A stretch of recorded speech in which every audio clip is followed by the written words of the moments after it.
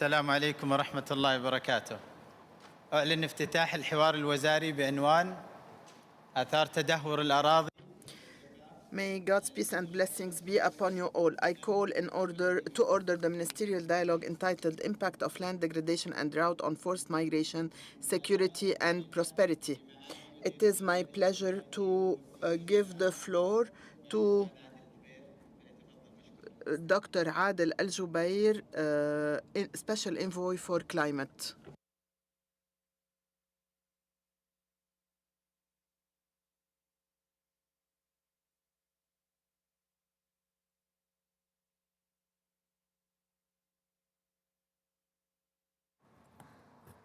Good afternoon, ladies and gentlemen, excellencies.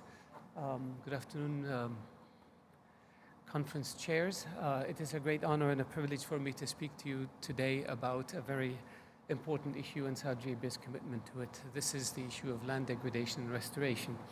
The issue is an issue that impacts every human being on the globe. The issue is related directly to our security. The issue has an impact on migration. When people think about land or land degradation, they think of desert, and sometimes they assume that it only impacts countries with arid climates and arid areas. This is not the case. The issue of land degradation impacts every single human being on the globe. When we have land degradation, we have reduced ability to produce food, which contributes to our food insecurity. When we have land degradation, we have migration from areas where people cannot grow food to areas where food is grown, and this leads to conflict. Conflicts lead to dislocations, lead to extremism and violence, lead to terrorism. Conflicts lead to migration. Migration leads to an impact on the domestic politics of other countries, which could create turbulence in those countries. So it's an issue that's related to everything we do. The issue of land degradation also has a direct impact on climate. The Earth is one of the most important basins for capturing carbon naturally. If that Earth is degraded, our ability to capture carbon is also degraded. The issue of land degradation has an impact on climates. It impacts, for example, the expansion of the desert. The Sahara Desert has a direct impact on climate over the North Atlantic, which has a direct impact on the frequency and intensity of hurricanes in the Caribbean. So this impact is felt all across the globe, and our ability to deal with it impacts not only our food security, not only our national security, not only migration, not only quality of air, not only biodiversity, it's pretty much everything. And that is why we believe that it is important to acknowledge the nexus between land degradation and national security, and also the importance of everybody working together to overcome this challenge. We have initiatives in place. We put the agenda on the agenda of the G20 during Saudi Arabia's presidency of the G20 in 2020. We have initiatives that we have launched and that we'll have announced and will be announcing with regard to global efforts to deal with this challenge. We are confident that working together we can overcome this challenge and we can effectively reverse the trend lines. Our objective is to restore or reduce land degradation by 50% between now and 2040. Every year as we speak, we are losing almost 100 million hectares of land. We're losing an area the size of Egypt every year, and we need to stop that. Meanwhile, the number of people on the planet grow, and the ability to produce food shrinks. So we want to make sure that we work together on these issues. And it starts by acknowledging the urgent need to reverse degradation. It starts with putting in place programs and initiatives to tackle this issue, and it starts with an acknowledgement that this is not an issue that is related only to arid countries, but that impacts everyone. We see droughts in Europe that impact water levels in rivers like the Rhine River, which have an impact on transportation from time to time. We see land degradation impacting underground fires in Asia. So it's not an issue that has to do with desertification as much as it does with land degradation. And we in Saudi Arabia are committed to working with the international community to deal with this challenge and to move our world to a better place. So I will stop here and see if there are any questions that you would like me to answer, any comments or any issues you would like me to discuss. Once again, thank you very much for being here today with us, and thank you very much for making this event a successful event, and we look forward to working with each and every one of you and each and every country of yours to move our world to a better place, God willing. Thank you very much.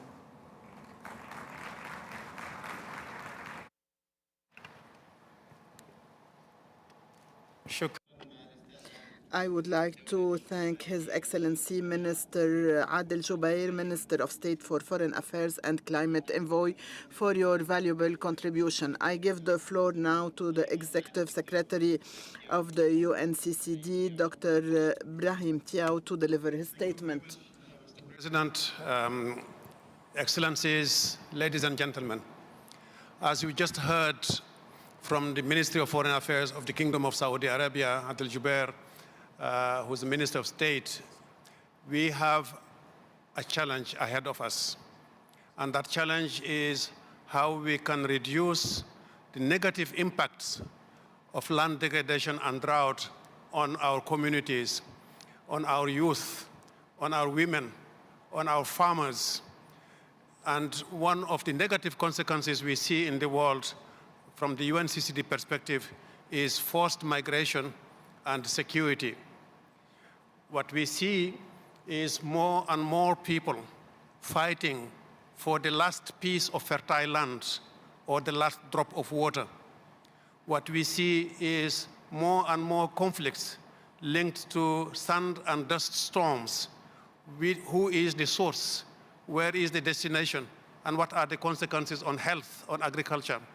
What we see is more and more competition for access to forest resources, to grazing lands, and to wetlands, and so forth. As far as migration is concerned, we have also very clear statistics that the more the land is degraded, the more likely people have to flee. We see it in all arid lands in the world, where there is now a very clear correlation between forced migration and land degradation. What is left to the young person in Niger or in Haiti or indeed in Afghanistan to do if they cannot produce any more for their families, if there is no dignity anymore for them? What is left for them to do but to flee and find another place where they can find a better condition? And they move to the next city, they move to the next country, or they move further afield. But mostly they stay within their country or within their region.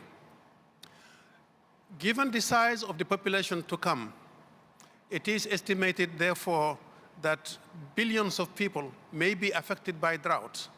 It's actually up to 7 billion by 2050, according to the statistics that we have. So not everybody, of course, will have to move, but it is likely that we will have a larger movement of people in the world today. Now, we know by today that up to 120 million people have been displaced. Therefore, it is important that we see how we can reduce that migration, especially the forced migration. According to statistics that we have seen from different organizations, up to 40% of interstate conflicts are linked to disputes over natural resources. It could be land, it could be minerals, it could be water. This displacement, they undermine regional security, they disrupt economies, and they erode social cohesion. But what is more striking is that when it comes to sign the peace agreements for these conflicts, they often forget the root causes of the conflicts. So the likelihood of that conflict relapsing again is very high. So it is important, therefore, that we look at the root causes of our conflicts or the forced migrations and see how we can help these communities stay back home. And one of the solutions we see as far as UNCCD is land restoration. Provide them, help them produce food again in their own land, help them get the dignity that they deserve, and help them educate their children and provide their families with the security that they deserve in order to stay at home. So one of the best ways of reducing forced migration is actually investing in land restoration, in agriculture, in sustainable production, and stay back home. Be safe there back home. They don't migrate because they want to kill themselves. But if there is nothing else to do, they have no option but to flee. Thank you very much.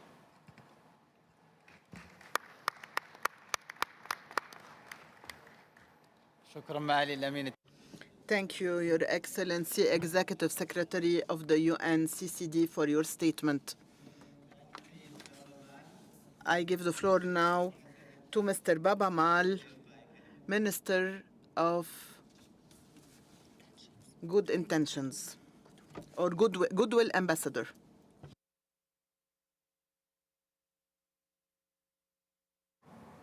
Good morning, everybody.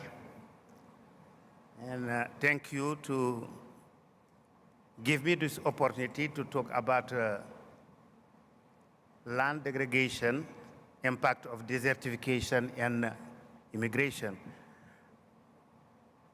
Around the year 2020, I was working with Oxfam, and we went into Mauritania because at that time, it was 2022 actually, to support families who was facing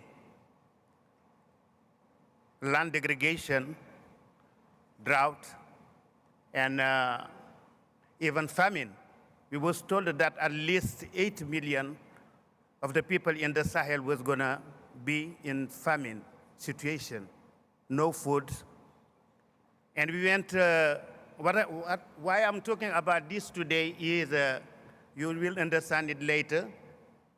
We went down there and we saw all these families who was just down there and had a lot of projects, agriculture projects, who was starting very well, but at the end of the day, the drought came, and you see all these women standing up into their fields of crops, of corns that was getting very dry, no result at the end of the day. And that was really, really, really surprising because these associations of women, they had a very good organization.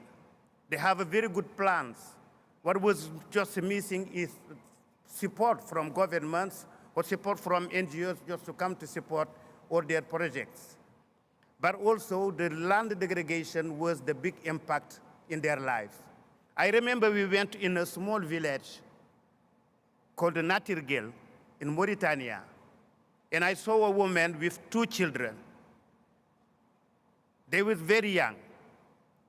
At the edge of the village, everything could have happened to this woman and the children. And I asked, where is the man of the house? She said the man went since 6 months. He went away because he couldn't offer any food or anything to his family. He had to go because he used to be very healthy, working at the river, fishing, doing agriculture, but not anymore. He had to go and to leave this vulnerable woman and her children at the edge of the desert. I was very touched by that. And that was not the only case that we saw at that time down there. And later on, when I was traveling in that part of Africa, I met a lot of young, strong boys and girls who had very good plans for their future down there. Not long ago, maybe 2 years or 3 years ago, I was in United States. And I met at least 30 young persons from that part of Africa. They were very frightened. They were shaking. You look in their eyes, you know that they don't know what they was trying to get there. They had to come. I asked them, they said they passed by Nicaragua, cross a very dangerous part of Latin America, and then come to illegally in the United States. And that day when I went to start my concert, I asked to people not to look at them like bandits. I said to them, if you go in Africa in certain time, these young people, they can welcome you very much. They're very proud, they're very noble people. But at the end of the day, like Ibrahima said, nothing was there for them to do agriculture, fishing, or farming. And the parents sometimes, they come and say to them, why are you standing here? Why don't you go? Because all your friends in the village, they sell their lands. Some people sell their cows or their sheep and goats. They take the money and they go to Spain and take the plane and go to Nicaragua and to arrive in the United States. If you are encouraged to do that because of land degradation, because of desertification, what can you do? You are not very well educated. You can't make any difference or what you're going to find down there or what you leave behind. So it's really dangerous for these people. I was very touched and I asked to people and said to them, please, these people, they don't come here because they are very poor. It's because of the situation that land degradation and climate change and desertification bring to their life. So please help them, because when you help any one of them, you help a whole family or you help a village. And please encourage them to get education and to be ready to go back, because Africa needs them. We need this generation. We have many big plans to develop ourselves, but without this generation, we can't make it happen. So I'm here today to say, every one of you, please, if you can't support these young people outside of Africa, or come to Africa to support some project of agriculture or development, you will make a change. Thank you very much.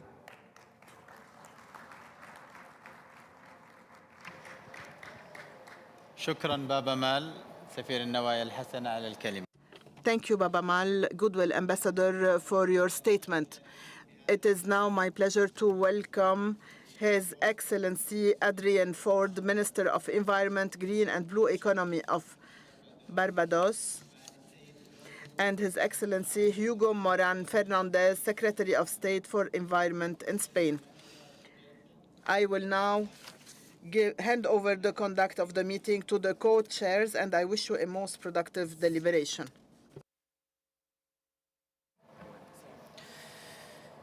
Muchas gracias, Presidente.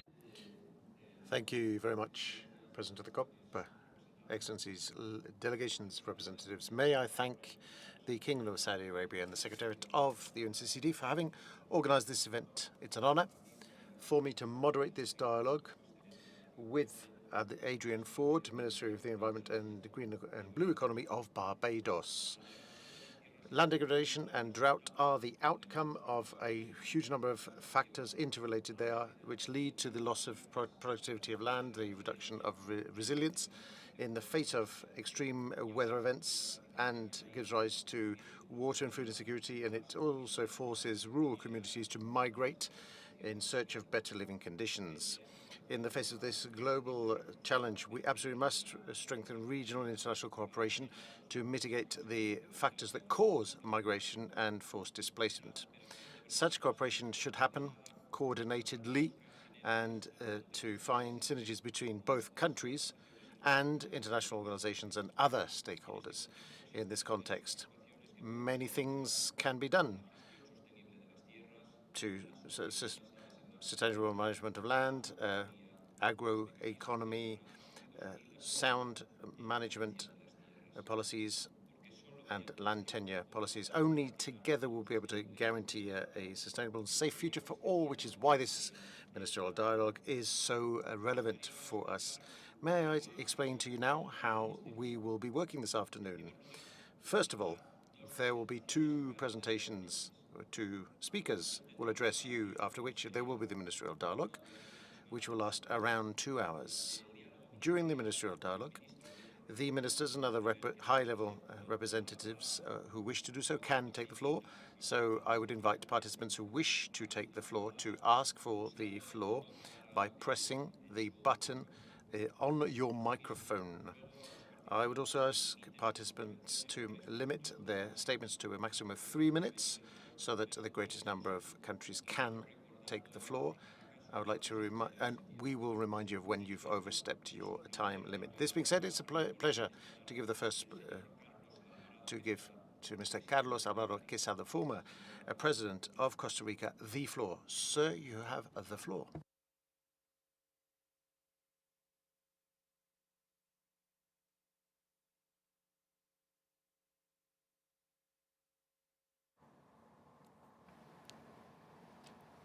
Voy a dar la palabra a continuación. I am now going to give the floor. Yes, it is the aforementioned speaker. Very much. Thank you to the Kingdom of Saudi Arabia for hosting us in such a generous way. Thank you to the Secretariat, to you, Ibrahim, to your team for raising the ambition and making land a topic for us. And thank you all for being here in this relevant dialogue. So let me please invite you to an exercise. And I really want for us to try to make this together. I'm going to offer some questions, and I'd invite you to try to answer those questions in your own mind for a second. So please play along with me in this exercise. Are we separated from the land as human beings? Or are we one with the land? What's your answer to that question? Another question. Is migration good or is migration bad? What's your answer to that question? Third question. Are those questions I just offered the right framing of the problem? Or are the problems more complex than I just framed as something being good or bad?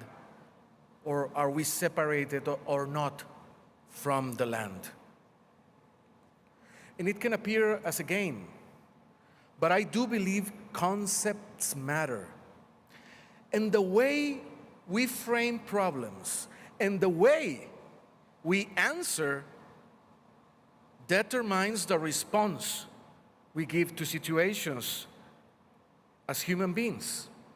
I am convinced we live in a time of very complex problems. We're talking about climate change. We're talking about land degradation. We're talking about desertification. We're talking about accelerating loss of biodiversity. We're talking about energy transition. We're talking about the threat on the food for the decades to come. Here in this scenario, the expert of the Potsdam Climate Institute said, we are on a trajectory at the end of the century to increase global temperature by 3 degrees. Again, we live in an era of complexity. Concepts matter, and how we frame solutions matter. We live in an era of complexity, yet the narratives we use to solve problems tend to be simplified, simplifications of reality. Is that the best way we can approach to solve those problems? We live in an era of complex problems, simple narratives.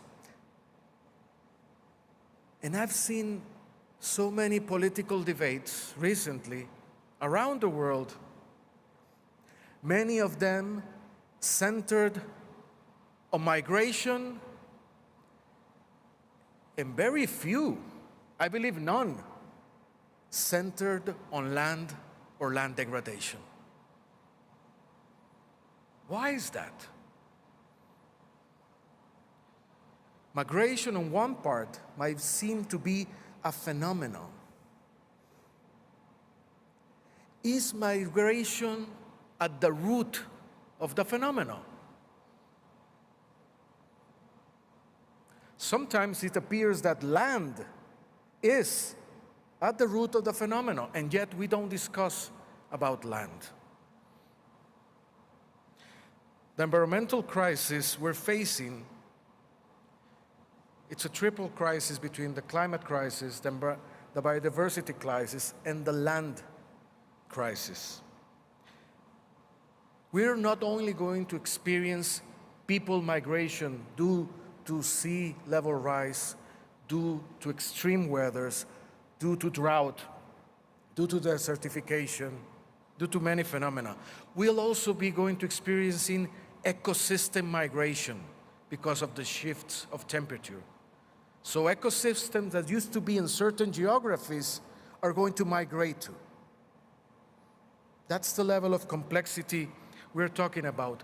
30% of the world's food systems are at risk in decades to come. More than 200 million people is estimated to migrate in the next decades due to one or other phenomena related to environmental change, climate change, desertification. Concepts matter. How we frame this and how we come to solutions matter. And humbly, I don't come here to argue that I have solutions to that. Actually, I believe that's why it's relevant for us to come here and discuss the nexus between land degradation, and migration. What I can offer are perhaps certain views, tips, if you want, of what I have found in the past years to be useful mindsets to address, to communicate, and to work with others, to find solutions. And I'll give 4 mindsets that I want to offer and share humbly today.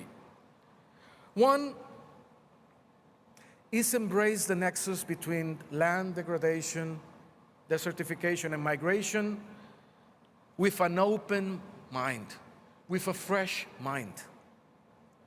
Whenever we engage in these topics, we engage with stereotype often. We engage very often with prejudice. We require to engage these topics with an open, fresh mind. Because sometimes those stereotypes are misleading. They actually lead us to false solutions, to faulty debates, and not to help the people we serve. An open mind, a fresh mind. Second, to put the people, all the people, on the center of the debate. Because this is not a unidimensional debate. Sometimes the discussion about land, it's a discussion to enforce the right to stay. Because people want to stay where home is, but their land is disappearing. So something that we call adaptation, it's also the right to stay, or it's the right to work on the means to keep livelihoods for generations in what they call home. Sometimes it's the right to adapt. Because if temperatures keep the direction they are having, there are going to be places in which life is not going to be bearable. It's going to be literally impossible to stay. So there's a right for people to adapt in this case. So solutions are going to vary, also because the will of the people vary. But we have to keep an open mind into which is the best solution. Every adaptation is local. Every successful adaptation is the one that gives agency to the local community, not the one that strips and enforces a solution top-bottom. So then put the people at the center of the debate. Third, we need to get the finance right. Whatever the decision of adaptation and the will and the agency of the people is, it requires the appropriate funding, either to improve the quality of the land, either to do a relocation with dignity, either to move, to contribute elsewhere. Because also societies are going to be needing, for example, labor force, organized migration too. And that could be a win-win scenario. It's actually happening. But for that, we need to get the finance right. And a finance that is not rooted in the local, it's not a finance that's going to have the freedom and the agency to develop the solutions that are required. We need to unlock that finance, but also the means to make it effective. An open mind, putting the people on the center, get the finance right. And my final suggestion, advice, offering will be to embrace this with a lot of empathy, human empathy. Because we talk about land, we talk about energy transition, we talk about migration. At the end of the day, it's not the energy that is transitioning, it's not the land systems or the food system that are transitioning, it's not only migration that's happening. Who is transitioning is us, the human beings. As a joint family, it's on us.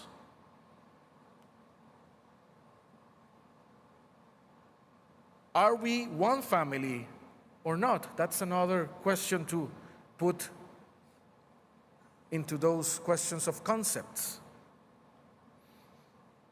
I do believe to get the right answers to all these dilemmas, we need to embrace them with empathy, so we can advance, so we can recover, restore land, so we can thrive, so people can either enforce the right to stay or move with dignity. There's no one solution fits all, but there has to be dignity for all in this transition we are all experiencing as a common family in this planet. That's humbly what I can offer for this dialogue, and I wish it to be very productive. Thank you very much.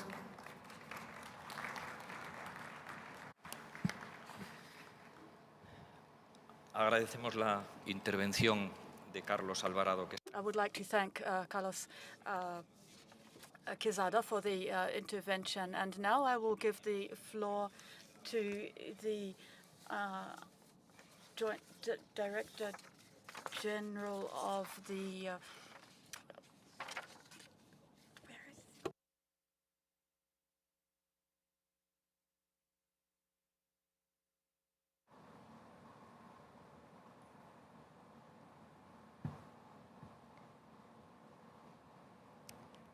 Excellencies, distinguished speakers, colleagues and friends. It's such an honor for me to have the opportunity to speak to you today about the impact of land degradation, desertification, and drought on migration, security, and prosperity. We face painful realities. Every year, tens of thousands are displaced, forced to abandon their land and livelihoods due to land degradation and drought. Last year, nearly 500,000 people were displaced by these factors, with half in Africa and the Middle East, regions which are already struggling with poverty and conflict.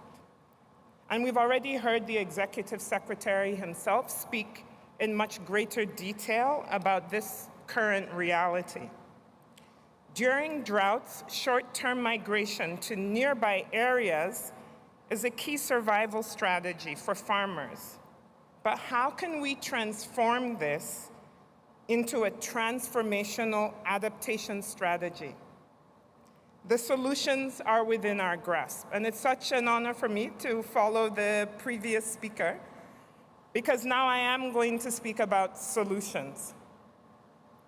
The global experience shows that land management, when coupled with early warning and drought resilience, it's not only a necessity, it's a game changer. Because yes, indeed, as Carlos asked us, we are, of course, inextricably linked with our land, and land degradation is at the root cause of many times why people choose to leave or have no other option but to leave. In Chad's arid regions, I met Amina, a former nomadic herder.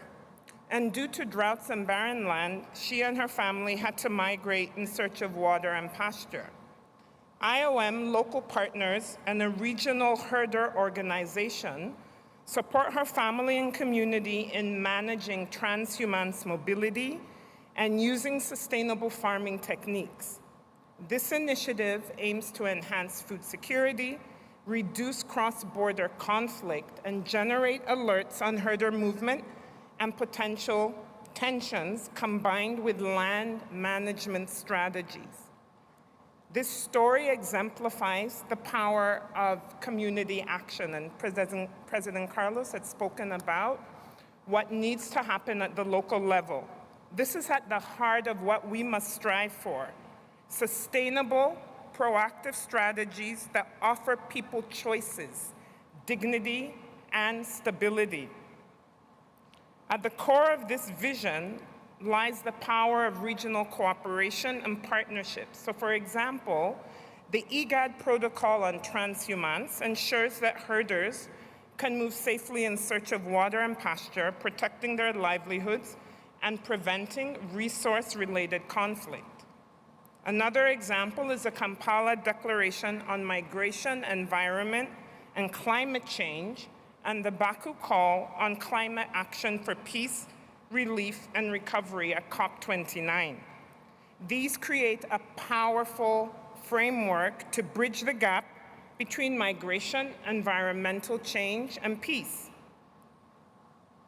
So we recognize that irregular migration is a challenge, but that regular migration is a great opportunity, because we see the significant contribution of migrants through remittances, which play a key role in mobilizing resources for large-scale investments to address desertification, land degradation, and drought.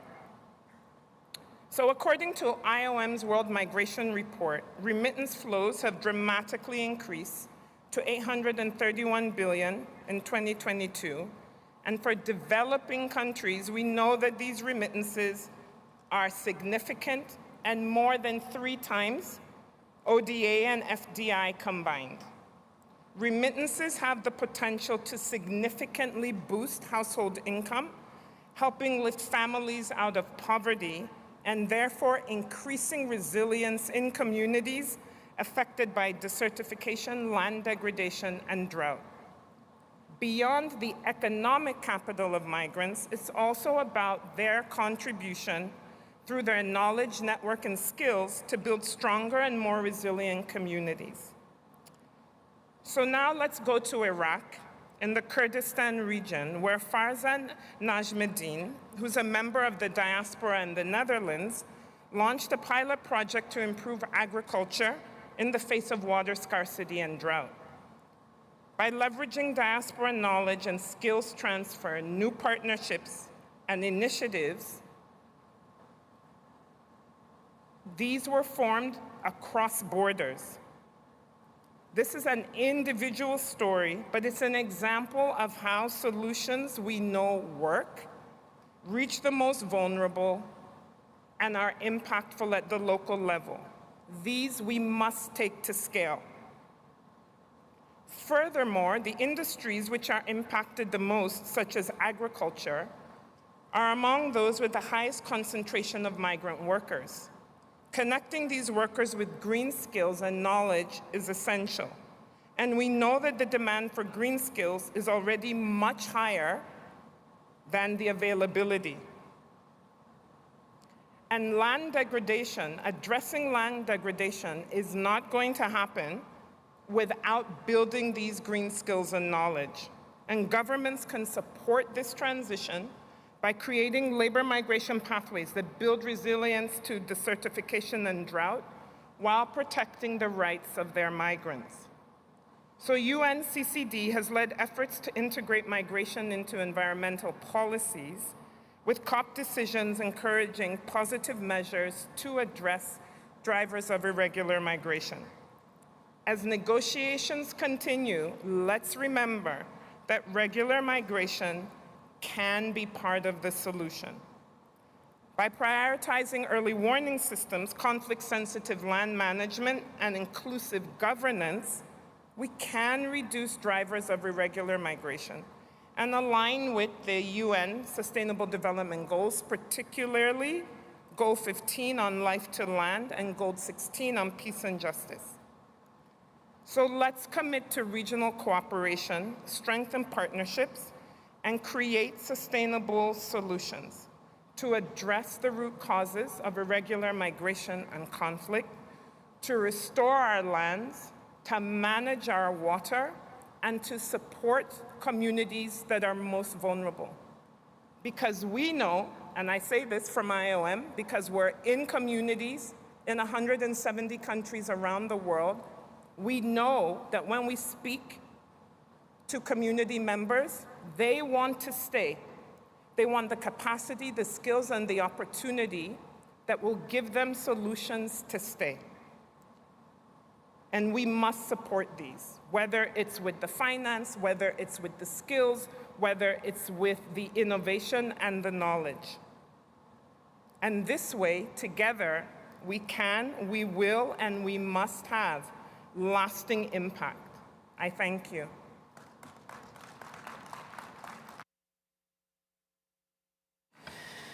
Muchas gracias. Thank you very much, Madam Ugochi Daniels, for this contribution. And next, we will begin the ministerial dialogue. So from this moment on, you can ask for the floor by pushing the button that you have on your microphones. And let me recall once again that I would ask you please to limit your statements to 3 minutes so that we can have the largest number of participants taking part. And to cover all of the requests, we will be rigorous about keeping the time. Now, I would first give the floor to Jordan, to be followed by Kazakhstan. Jordan, you have the floor. Thank you, Mr. President. Ladies and gentlemen, excellencies, when speaking about land degradation, we need to link them to refugee crisis and their negative impacts. Land degradation is a reason of forced migration because of lack of livelihoods. Refugee crisis and migration are one of the most important causes that lead to depletion of natural resources of host countries due to the increase of the population. Land degradation is not a new challenge facing the world. It is an accelerated phenomenon. International statistics show that 40% of the land are deteriorated, and 100 million of hectares of productive land are subject to degradation. In the past decades, Jordan has faced many migration flows, which led to an increase of pressure and demand on water resources, natural resources, and land. 1 out of 3 persons living in Jordan is a refugee. And this increases the pressure on our infrastructure and our natural resources. And this also leads to an increasing demand on the limited resources and services, including water, health, and education. His Majesty King Abdullah bin Hussein, may God bless him, has launched the Climate Refugee Nexus Initiative during the climate summit COP27. This initiative aims at giving the priority in terms of technical and financial support to the countries that are in so-called climate hotspots and facing an unnatural increase in their population because of migration crisis. We are grateful to 59 countries that supported this initiative so far, and we invite other countries to join this initiative. This initiative was also part of the declaration of COP27. Our government in the previous years has implemented many development projects aiming at land restoration, ending the degradation in all the areas of the Kingdom of Jordan in order to limit the impact of internal migration. And we worked on the restoration of the lands that were impacted by migration. Finally, it is important to provide international support and finance to strategic projects, namely projects in the areas that are the most vulnerable to land degradation and climate change, and the areas that are facing demographic pressure because of migration. Such programs should be also transparent in order to limit land loss and to achieve food security, sustainable food security to future generations. Thank you. Thank you to Jordan. And now I give the floor to Kazakhstan, to be followed by Pakistan. Kazakhstan, you have the floor. Good morning, good afternoon, ladies and gentlemen. Land degradation and drought pose a threat to social stability, food security, and the economic well-being of Kazakhstan and of the entire Central Asian region. About 60% of the population of Central Asia is directly dependent on agriculture. It's their main source of income, and so droughts present a serious threat. The consequences of such phenomena include loss of agricultural production and threats to security, quality of life, and an increase of economic and social tension. According to the study Interconnection of Land Degradation, Climate Change and Migration in Central Asia, a study conducted under the UN Convention to Combat Desertification, land degradation has become one of the factors driving forced migration. And the problem is most acute in arid regions, where a large part of the population is losing their livelihoods, losing their chance to work in agriculture, which is leading to increased urbanization and increasing the load on urban infrastructure. Fighting climate migration requires a comprehensive approach that includes measures to mitigate the effects of climate change and improve adaptation to new conditions and to support migrants. Kazakhstan has adopted a strategy for achieving carbon neutrality by 2060, and it has updated its nationally determined contribution. At the legislative level, climate adaptation provisions are being implemented within our environmental code. Priority areas include agriculture, water management, civil protection, and forestry. At the same time, we are working together with the UN Development Programme and with the Clean Climate Fund to develop our national adaptation plan. This plan will include conducting vulnerability assessments and creating conditions for safe and sustainable migration, and also infrastructure projects to protect against climate risks such as floods and droughts and others. Now, of course, taking into account that climate migration is global, we need to work with international donors and partners to support countries, to develop programs, and to put in place the protection mechanisms for migrants due to climate change. In conclusion, let me stress how important it is to inform the population about the climate change and migration nexus, and to raise public awareness and to develop effective solutions. Thank you. Muchas gracias. Thank you, Kazakhstan. And I now give the floor to Rwanda, to be followed by Brazil. Rwanda, you have the floor.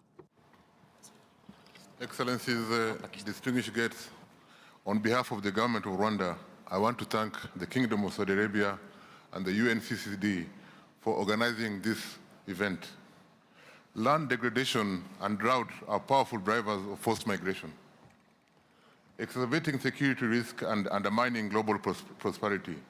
As a nation that has faced this displacement but also achieved remarkable recovery, Rwanda intimately understands these challenges. Our experience shows that investing in land restoration can be transformative in previously degraded areas. We have seen communities transition from vulnerability to stability and resilience. Projects like the Green Gichumbi project serve as a testament to this success. By restoring landscapes and promoting sustainable practices, we have reduced migration pressures, strengthened local economies, and enhanced climate resilience. These achievements are rooted in a holistic approach, integrating community engagement, ecosystem restoration, and climate adaptation. The lesson is clear. Addressing land degradation is not just an environmental imperative. It is a pathway to reducing vulnerabilities and fostering prosperity. At the international level, it is essential to integrate migration considerations into land and climate policies. This includes creating sustainable livelihoods, supporting renewable energy transitions, and scaling up ecosystem restoration efforts. Such investments will open doors for vulnerable populations, reducing the need for migration and strengthening security and development. Rwanda stands committed to working with all nations to address land degradation and drought as global challenges. Together, we can turn risks into opportunities for inclusive and sustainable growth. Shukran jazilan. Muchas gracias, Rwanda. Thank you very much, Rwanda. And now I give the floor to Pakistan, to be followed by South Sudan.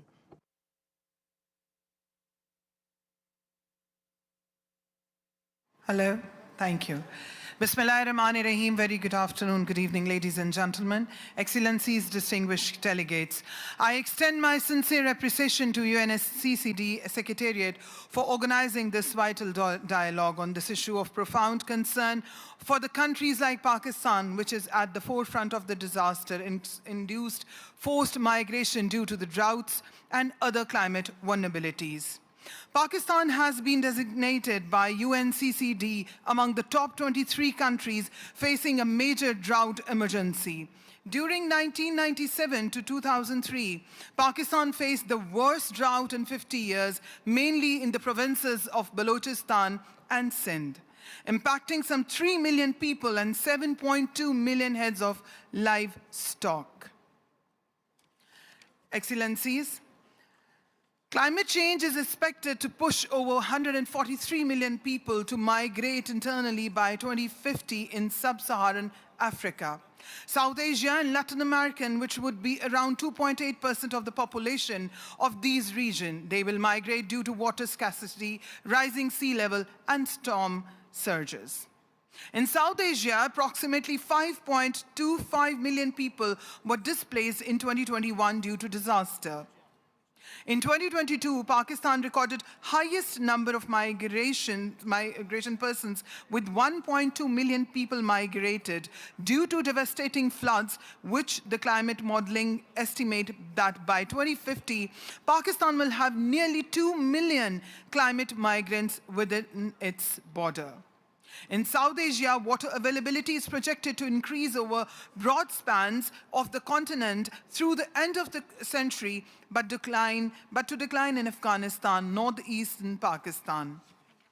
Dear Excellencies and distinguished delegates, Pakistan is committed to advancing UNCCD objectives, but urges collective global action to ensure sustained future for the vulnerable and marginalized communities.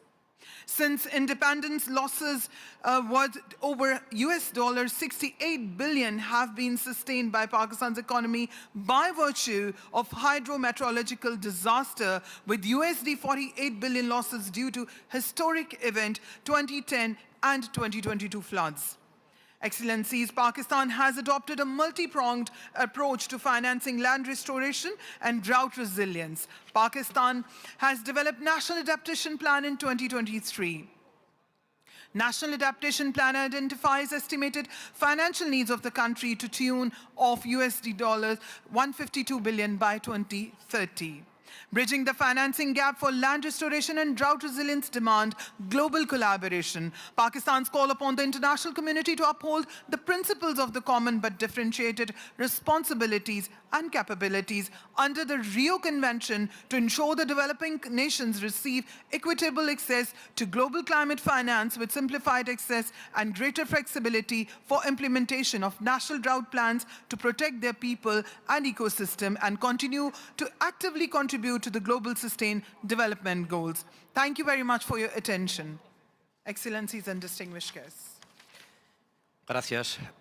Thank you to Pakistan, and I would now give the floor to South Sudan, to be followed by Tajikistan. South Sudan, you have the floor. Thank you, Chair, Excellencies, and distinguished participants. On behalf of the government of the Republic of South Sudan, I would like to add my voice to thank the Kingdom of Saudi Arabia for hosting the COP16 and for the warm hospitality accorded to us since our arrival to this country. Reflecting on yesterday's discussion, I was struck by how our digital agriculture projects in South Sudan resonated with many of the points raised here. Drought and in turn land degradation has a deep impact on a country's long-term food security. Regional trends and meteorological data dating 1970 to 2000 indicate 15 to 20% decrease in rainfall and increased temperature by more than 0.4 degrees per decade over the past 30 years. Erratic rainfalls with short and delayed seasons, frequent occurrence of drought and expansion of deserts southwards, frequency of floods increased over the last 8 decades, and drought and flood degraded capacity of ecosystem. Excellency, the impact of desertification and of climate change in general on South Sudan. Most countries are affected by either floods or droughts. South Sudan has been experiencing both floods and droughts over the last couple of years.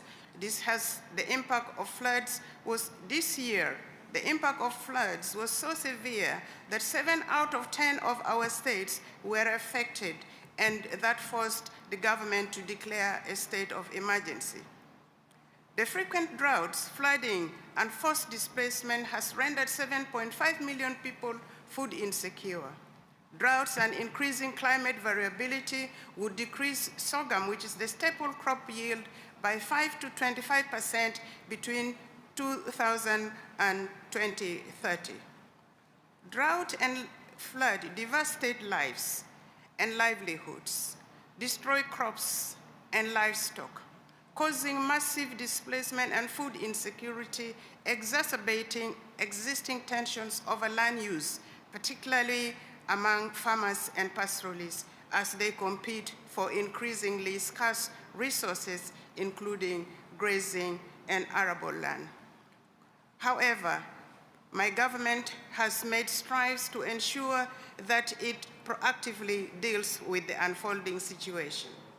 The government has developed implementation of environmental policy. Government has developed comprehensive agriculture master plan and irrigation development master plan, national strategy for climate change, adaptation and mitigation, including flood preparedness response, which was launched this year in June. The government has further developed national food security strategy and disaster risk management. In this regard, South Sudan fully supports the African Drought Initiative on Drought to work together to elevate the initiative to protocol status under the UNCCD. South Sudan is working collaboratively with our development partners in the efforts to implement digital innovation projects to promote more sustainable climate resilient farming practices. Thank you very much. Assalamu alaikum. Muchas gracias, Sudán. Thank you, South Sudan, and I now give the floor to Tajikistan, to be followed by Egypt. Mr. Chairperson, colleagues, ladies and gentlemen, Over these last years, the population of Tajikistan has faced the increasing burden of climate change, which is leading to increasing land degradation, environmental damage, and increased frequency of disasters. Now, today, we see that to address migration forced by climate, we need to consolidate the efforts of international organizations and partners. Today, we are hoping that these discussions and holding of roundtables will produce recommendations that will lead to more concrete steps to real action. Ladies and gentlemen, Tajikistan has put together developed legislation to address national disasters. We are working on managing these phenomena. We are doing this in line with our national laws on migration also, and with our government regulations on regulating climate-induced migration in the country. We have short-term and mid-term plans to support migrants in this area. We have a national migration strategy that runs through to 2030. This strategy pursues the goal of managing migration processes, protecting their rights, protecting their families, and effective use of their economic potential to develop our country. Every year, we have people who are displaced from dangerous regions, many households who need support, and we are providing this assistance. We are also helping them to adapt to the new situations they face. Colleagues, to ensure food security in the country, we must raise the sustainable management of our natural resources, sustainable agriculture, helping the local populations, and also awareness work with the population. We also need to develop enterprise, to develop private business, to help rural populations, above all women and youth, to restore traditional knowledge and traditional natural resource management methods, and also to introduce new technology into rural areas, to carry out monitoring, to further monitor all of the processes involved in this area. We believe that these measures will help us to improve the quality of life of our populations in the long term. Thank you. Muchas gracias, Tayikistán. Thank you, Tajikistan. And I now give the floor to Egypt. And I will then hand the chairing to my colleague, Adrian Ford. Egypt, you have the floor. سعادة السيد رئيس الجلسة.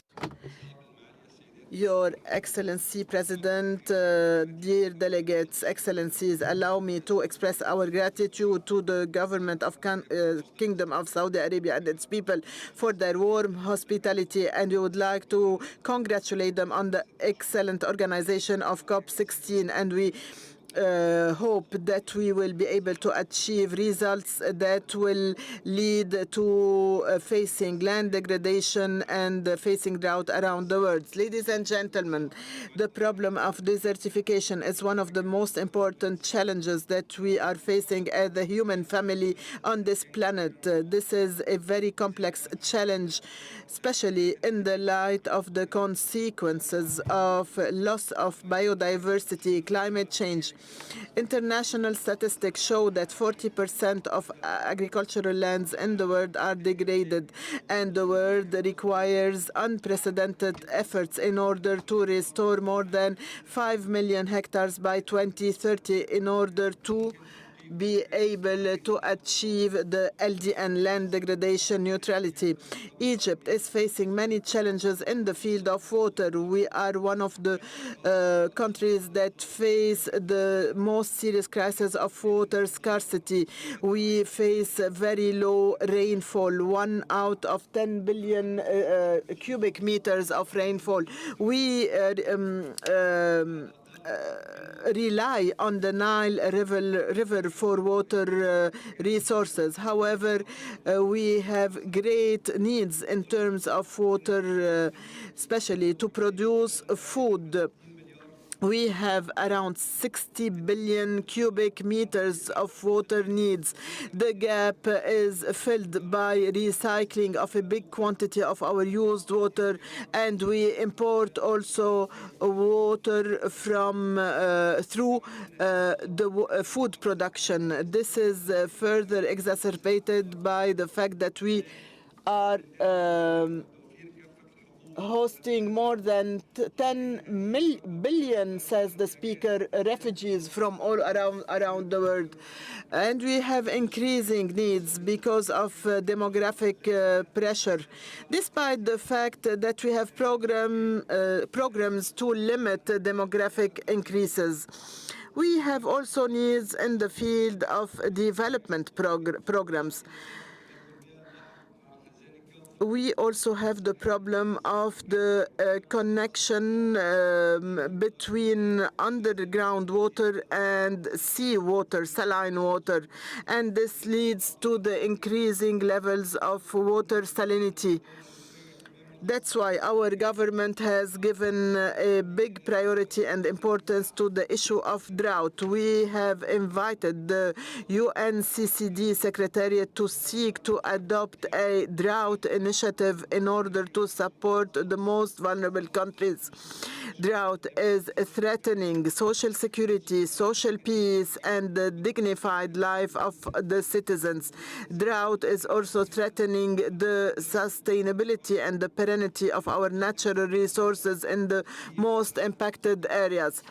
According to the New Delhi Declaration, the President is interrupting.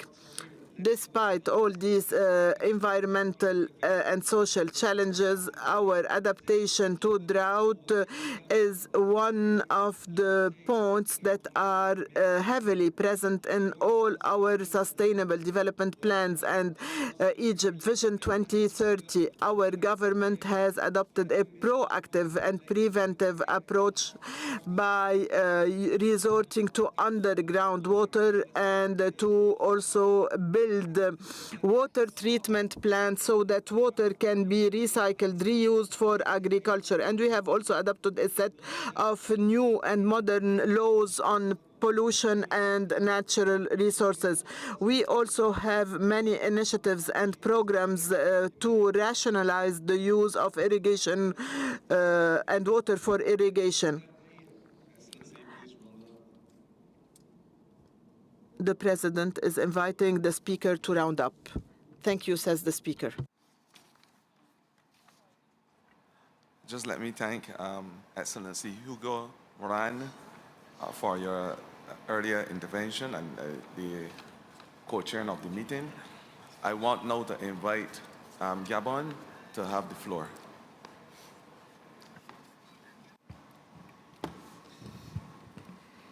Monsieur le Président. Mr. Chairman, Ministers, ladies and gentlemen, today land degradation is affecting more than 3 billion people worldwide, in particular the most vulnerable. The consequences of land degradation are deep. Food, lack of food, increase of the price of commodities, worsening of climate change because of emanations from degraded land. Furthermore, social insecurity has triggered forced and mass migration of populations. Land degradation gives rise to a whole range of systemic challenges threatening both food security and the economy and social stability. To face this avalanche of systemic challenges, we must inevitably sustainably manage our lands. We must also strive to meet our SDGs, especially those linked to land degradation neutrality.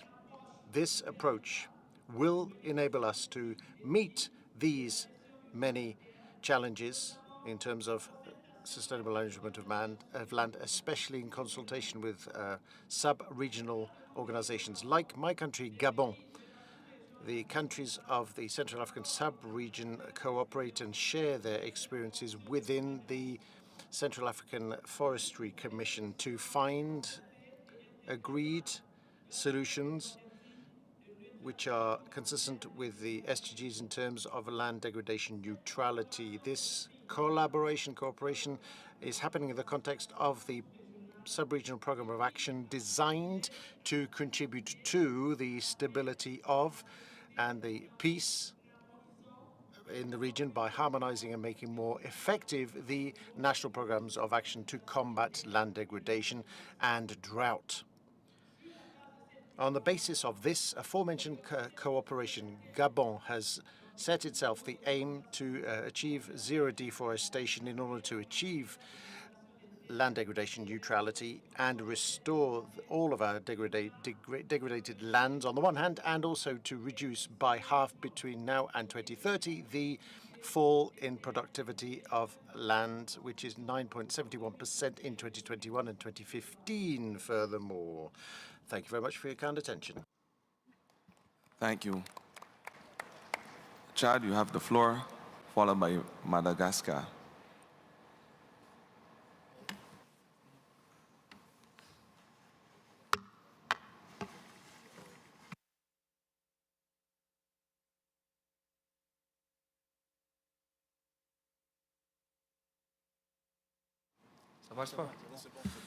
Merci, Monsieur. Thank you, Mr. Chairperson. Thank you for giving me the floor. Ladies and gentlemen, the impact of drought and land degradation are visible now all around the world and are a harsh reality for the African continent. In my country, Chad, a desert occupies more than 600,000 square kilometers. That's 48% of our total land surface. This is a geographic reality with all of the side effects that it brings in terms of alarming land degradation. And this is jeopardizing food security and livelihoods for millions of people in Chad. And this means that combating land degradation and drought must be a top priority. The most striking example and the most painful example is that of Lake Chad. This was once one of the biggest lakes in Africa. It had rich and diverse biodiversity. It was a source of pride for the entire sub-region, but it has lost more than 90% of its surface from 1960 through to today.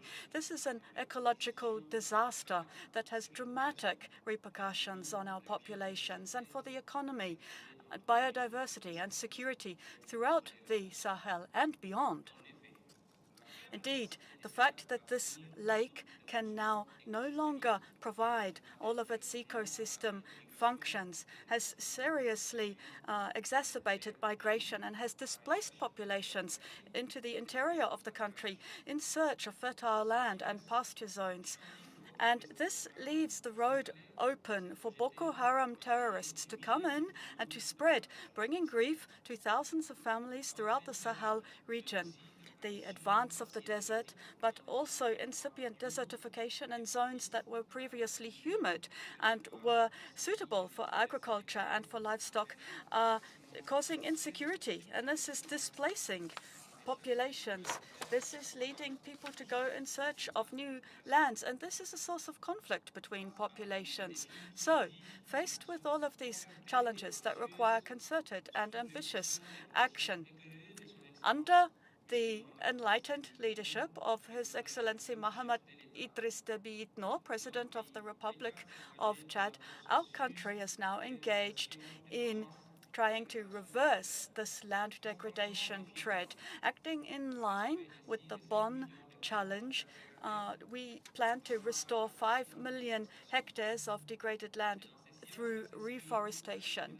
And also in the same vein, we have an ambitious national voluntary target to restore more than 41,000 square kilometers of degraded land by 2040. This is a goal that represents 32.5% of our national territory, and this shows how determined our leadership is to take up this existential challenge for today's population and for the coming generations. Ladies and gentlemen, these are just some of our efforts. We also have the efforts of the National Great Green Wall Agency. And this isn't just about planting trees. This is about taking a holistic approach, which encompasses sustainable management of water resources, agroforestry, and sustainable land and forest management to support alternative livelihoods for local communities. At the same time, we are also developing land degradation neutrality comprehensive guide, mainstreaming this into our policies and strategies to ensure that LDN is taken into account, that is mainstreamed into all of our development areas, water management, agriculture, and urban development, and infrastructure development, working together with our partners.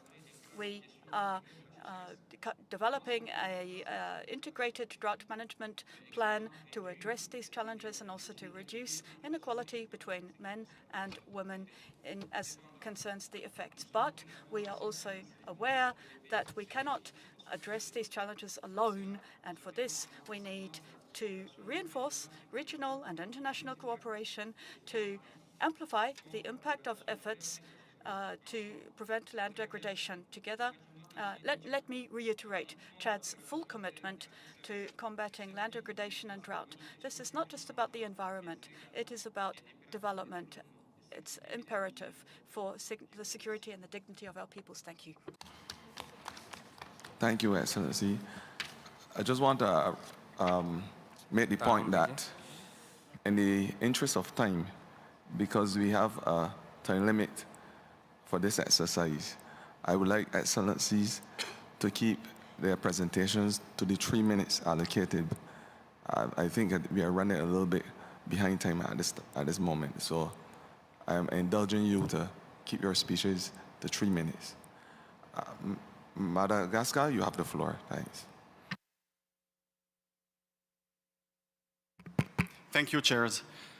So in many countries, you can see internal migration or international migration as an opportunity that can create wealth, that can create opportunities. These are the migration of families that seek for a better future. In our country, we are facing internal migration, but which is caused by the survival instinct because of land degradation. Some regions of Madagascar are not livable anymore. And this year we released a study with the World Food Programme stating that 13 out of 24 regions in Madagascar are affected by desertification. In response to this issue, and under the leadership of His Excellency President of Madagascar, André Rajoelina, and Prime Minister Nsai Christian, with partnership with UNDP and IOM, Madagascar has developed a strategy on internal migration until 2026, focusing on the regions of MENA Bay and the 3 regions of the south. A key initiative involving many ministries, and this strategy has been turned into concrete actions. We can talk about the innovative land reserve approach. The creation of the basic land reserve of more than 6,000 hectares represents an innovative approach to providing alternative livelihoods and land for migrants. The objective is to alleviate pressure on the biodiversity-rich forest of MENA Bay Antmin by offering sustainable land use alternatives. We have also concretized the Green Title Program. It's implemented as part of the Land Access Facilitation Program through the National Land Program Second, as well as the Land Redistribution Program under the Green Title Project of the Malagasy government. We have shifted some agricultural cultures and challenges. Migrants, particularly those who previously cultivated maize, are increasingly turning to peanut cultivation. Additionally, Madagascar is currently implementing the project promoting the climate resilience of populations affected by climate change in the Bas-Tiribin in collaboration with the IOM. This initiative focuses on land restoration and the establishment of new investment zones for migrant populations.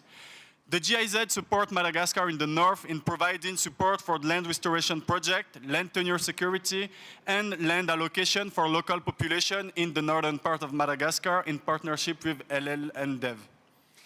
All of that to say that we need to also first secure the home and the houses of these livelihoods and to prepare the new places where these families are migrating. We need a 360 approach, and the Malagasy government is simultaneously promoting sustainable land use, food security, and resilience among affected population. I thank you. Thank you. India, you have the floor, followed by Nicaragua. Excellencies, friends, ladies and gentlemen, migration is an old-age phenomena triggered by the search for better opportunities. What we are discussing here is forced migration in search of livelihood. Land degradation and drought result in reduced soil productivity, resulting in loss of livelihood. The forced migration that results from it creates broken communities, strained social cohesion, gender inequality, malnutrition, and alienation which cannot be ignored. In his address at the UNCCD COP16 in 2019, India's Honorable Prime Minister Shri Narendra Modi ji emphasized that, I quote, "Human empowerment is incomplete without a focus on land degradation. We are increasing the fertility of land through various initiatives and are committed to restoring 26 million hectares of degraded land by 2030, unquote. This vision continues to guide India's action for sustainable land management. Recognizing migration's disproportionate impact on vulnerable groups, India has making efforts to check migration by engaging youth in livelihood programs. India's experience highlights the critical role of nature-based solutions, regional collaboration, and prioritizing vulnerable communities in addressing forced migration and ensuring security. One of the key approaches to address land degradation and drought is the improvement of water conservation practices such as river rejuvenation and creation of water retention structures. In India, a special initiative to develop and rejuvenate water bodies.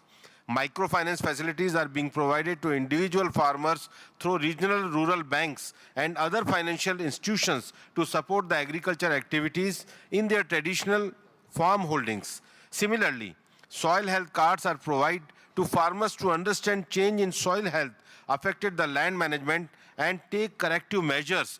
These interventions are expected to discourage migration. Promotion of new technologies for addressing land degradation, such as use of space technology, geographic information system, and drones for land monitoring and precision agriculture, artificial intelligence for soil and water management, soil bioengineering with microbial soil inculcants, etc., can further strengthen effort to combat land degradation and reduce the consequent migration. These technologies, along with financial support, need to be shared with developing countries, especially those with acute land degradation issues. India believes with the collective and focused efforts, we can achieve the sustainable development goals related to life and land and peace and justice, which will build a future where prosperity thrives on the foundation of sustainability. I thank you all. Thank you, India. Brazil, you are next, followed by Italy. Ladies and gentlemen, drought and land degradation represent interconnected global challenges with profound implications for the stability, security, and livelihoods of our peoples and communities. In Brazil's semi-arid region, where family farming predominates, productivity losses exacerbate poverty, intensify land conflicts, and drive migration to overcrowded urban centers. In response, Brazil is revising and strengthening its Brazilian Action Plan to combat desertification and mitigate the effects of drought. which will guide actions for the next 20 years. This plan, developed with the participation of over 1,200 representatives from government, civil society, science, and the private sector, reflects our commitment to participatory and effective solutions. Brazil has a long tradition of sustainable land management and adapting to drought. While new challenges emerge, such as the appearance of arid areas in regions previously unaffected, past public policies have proven effective. Expanded access to water, infrastructure, and technical assistance have reduced migration rates.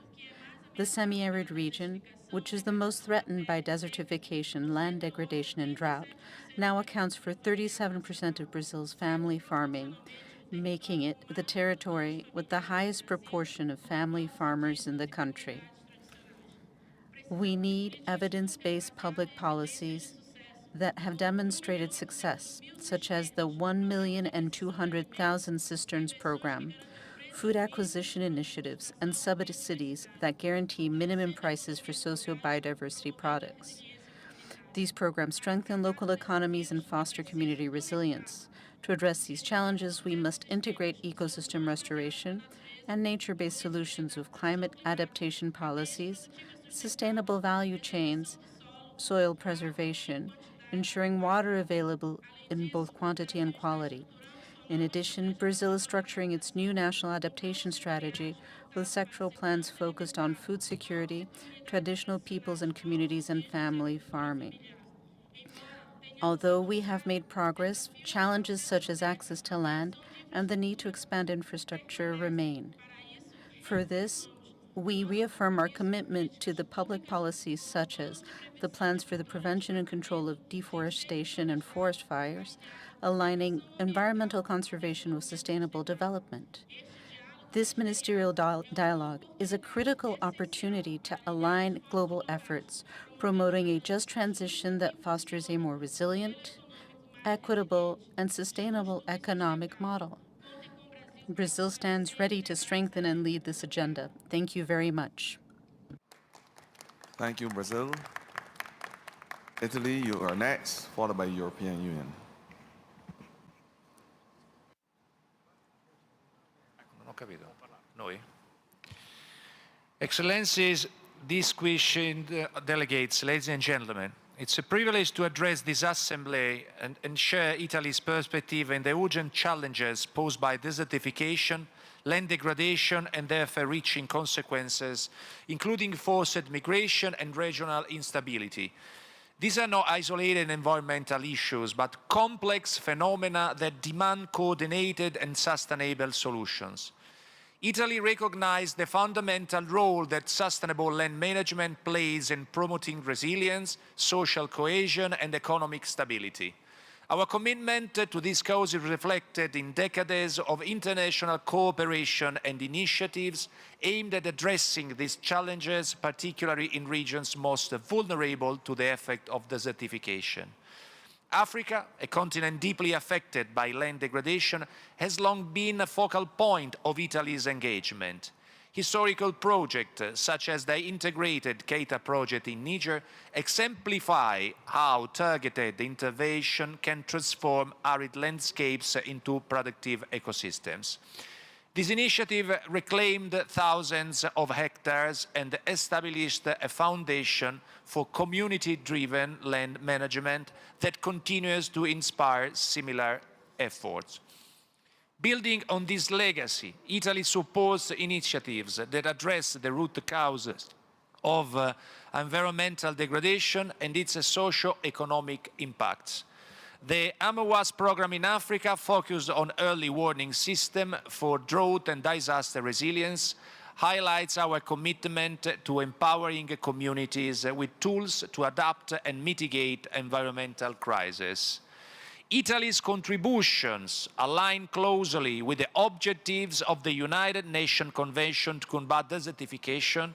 We understand that land restoration goes hand in hand with the conflict prevention, particularly in regions where resource scarcity exacerbates tensions.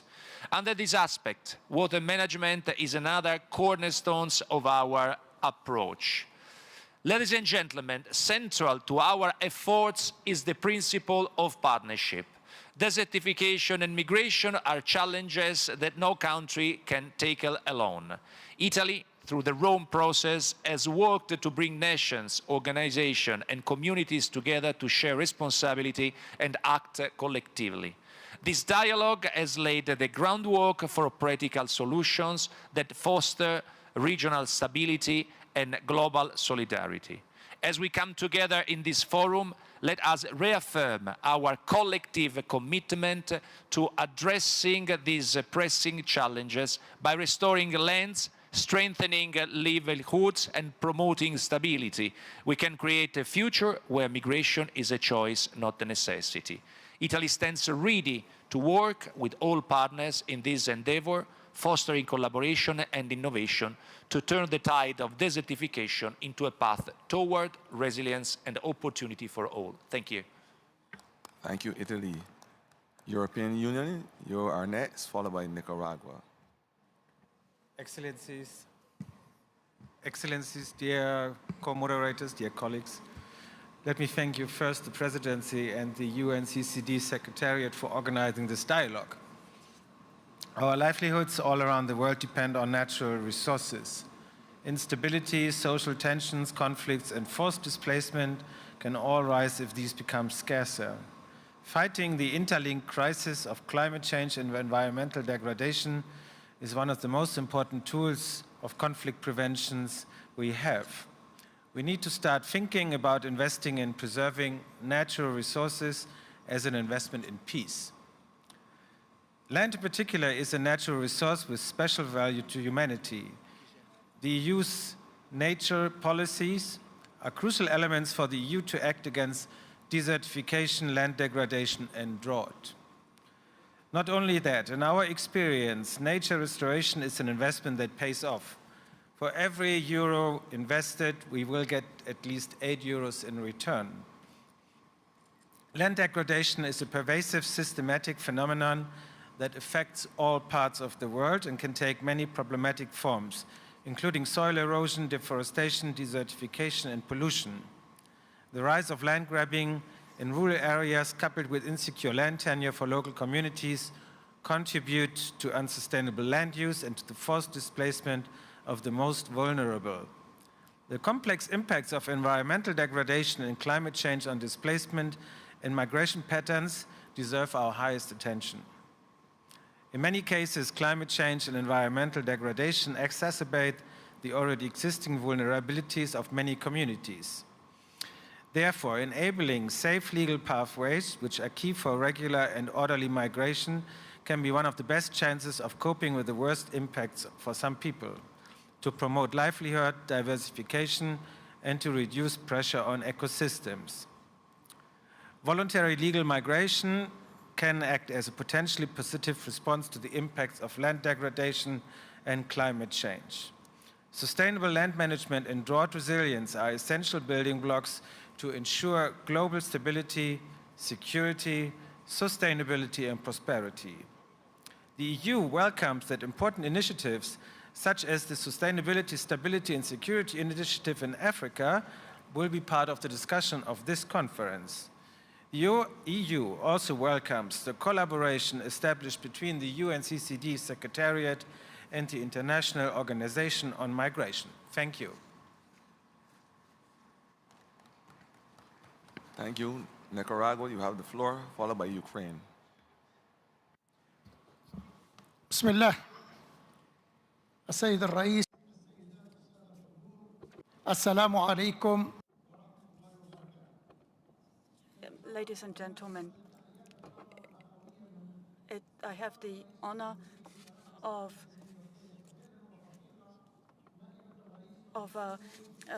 passing on the greetings of our President, Daniel Ortega Saavedra, to all countries here, and in particular to the government and the people of Saudi Arabia for their hospitality in hosting this COP16. Nicaragua is raising its voice before the great powers of this world, the powers that are ignoring their historical responsibilities. And we demand greater technological and financial efforts to create fair conditions, allowing the developing countries to address the global environmental challenges. This COP16 is the moment to reiterate that we need a respectful dialogue, a fair dialogue between all, knowing that the developing countries are working for their independence while the developed countries are ignoring their climate responsibilities. And they are primarily responsible for the situation, in particular the Western countries, the great capitalist economies of the West, which are pursuing a destructive production and consumption model and are causing this climate crisis. The developing countries are working to reinforce action against climate change and desertification, to working for the Sustainable Development Goals and for addressing the multiple economic, environmental and social crises. Our natural resources are a heritage that we must protect.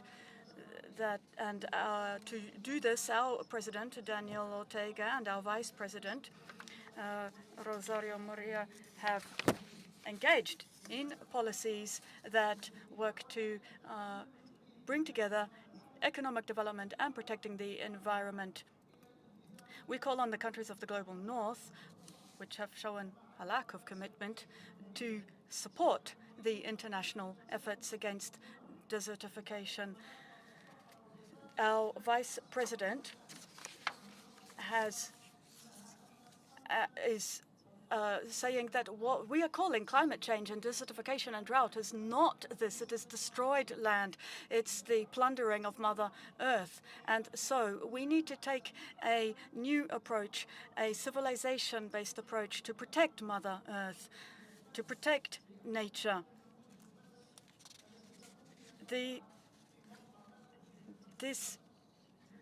We are the representatives here who could do this. We have to put nature at the center of our priority, following the principle of common but differentiated responsibility. This is crucial if we are to succeed. Mr. President, we are facing pollution. We are facing biodiversity loss. And to conclude, ladies and gentlemen, we express our full and complete support to the Palestinian people, to the Palestinian cause, which is always at the heart of all international fora today. And for the sake of our conscience, we insist for justice on the Palestinian cause and for the Palestinian people to have their inalienable right to have their state within their internationally recognized borders. Thank you. Excellencies, I must continue to reiterate the importance of keeping your speeches to 3 minutes. We are very, very limited as it relates to our time. Please, Ukraine, you have the floor, followed by France. Good afternoon, Excellencies and distinguished delegates. On behalf of the government of Ukraine, I extend my sincere gratitude to the Kingdom of Saudi Arabia for hosting the 16th session of the Conference of the Parties to the UN Convention for Combating Desertification. As a party to the convention, Ukraine fully supports global efforts aimed at improving land productivity, restoring ecosystems, and promoting sustainable land and water resource management in line with the international law. In this context, I must highlight the extraordinary challenges Ukraine faces due to the ongoing unprovoked and unjustified aggression of Russia. The war has caused unprecedented destruction to ecosystems, including contamination of land and water resources, and created significant risks of desertification in affected areas. Just one example, the deliberate destruction by Russian forces of Kakhovka hydroelectric power plant in the central part of Ukraine resulted in catastrophic environmental damage, including the loss of wetlands of international importance and overall Ukraine's agricultural capacity. Ukraine urges all nations committed to upholding international law and environmental protection to support the implementation of President of Ukraine peace formula, particularly its focus on ecological security. Furthermore, we call on the parties to the convention to adopt measures to halt Russia's environmentally destructive actions which undermine the convention's shared goals of protecting and restoring land resources. I kindly request that this statement be included in the final conference document. Thank you. Thank you, Ukraine. France, followed by Bolivarian Republic of Venezuela.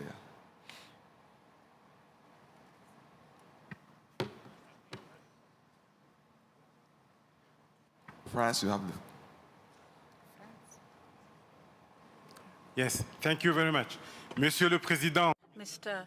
Chairperson, ladies and gentlemen, friends, with now more than 25 million climate displacements in the world in 2023, partly linked to drought and to land degradation, it is today urgent to address the root causes of induced displacement, forced displacement. This is one of the crucial issues involved in economic and social development and prosperity.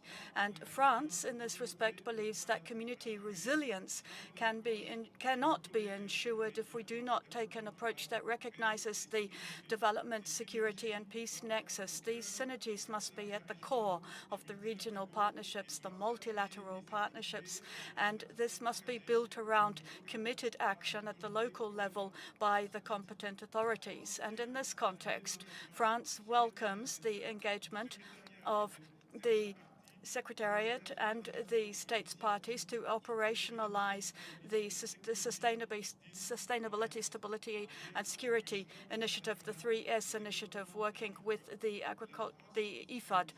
France also welcomes the development of the guide on the rural-urban nexus prepared and the partnership prepared by the Secretariat with UN Habitat, and we encourage the dissemination of this work to raise awareness about soil health impacts. It's this kind of interagency cooperation that allows us to take a holistic and effective approach.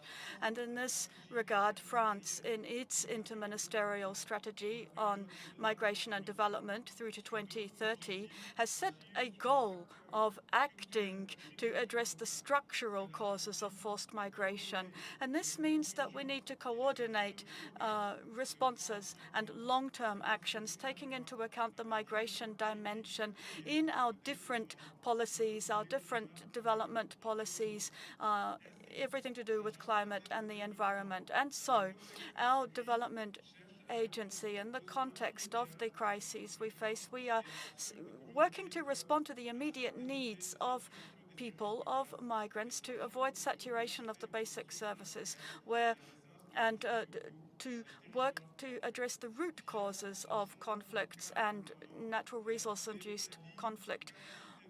We are putting in place a rapid response capacity and more structured projects to rebuild trust between the different social groups. And it's in this way that we are working through the different projects in Cameroon, for example, to better integrate these refugees from Central Africa into the local communities, and also funds transfers through the diasporas, and supporting productive investment to allow people to become actors in development in their own regions, in their own homes, to respond to climate change. Also responding to drought, where there are often tremendous economic losses involved. This requires rapid and effective solidarity mechanisms. Diaspora finance could be optimized in this respect to address these crises. And I have no doubt that through these kinds of exchanges, we can share concrete solutions to better understand understand and to better manage forced displacements that are induced by desertification and drought. Thank you. Thank you, France. The Bolivarian Republic of Venezuela, followed by Sudan. Good afternoon, Mr. Chairperson. Good afternoon, all ministers, distinguished delegates. The impact of land degradation and drought, which is inducing migration in our country, has led us to work to achieve our land degradation neutrality goals and to protect our people from the impact of environmental crises and to protect our resources. This and to end the plundering consumption model, which has to work towards a more environmentally aware model. To achieve a social prosperity, we need to respect nature, and to do this, we have put in place a presidential committee to manage natural resources and water resources.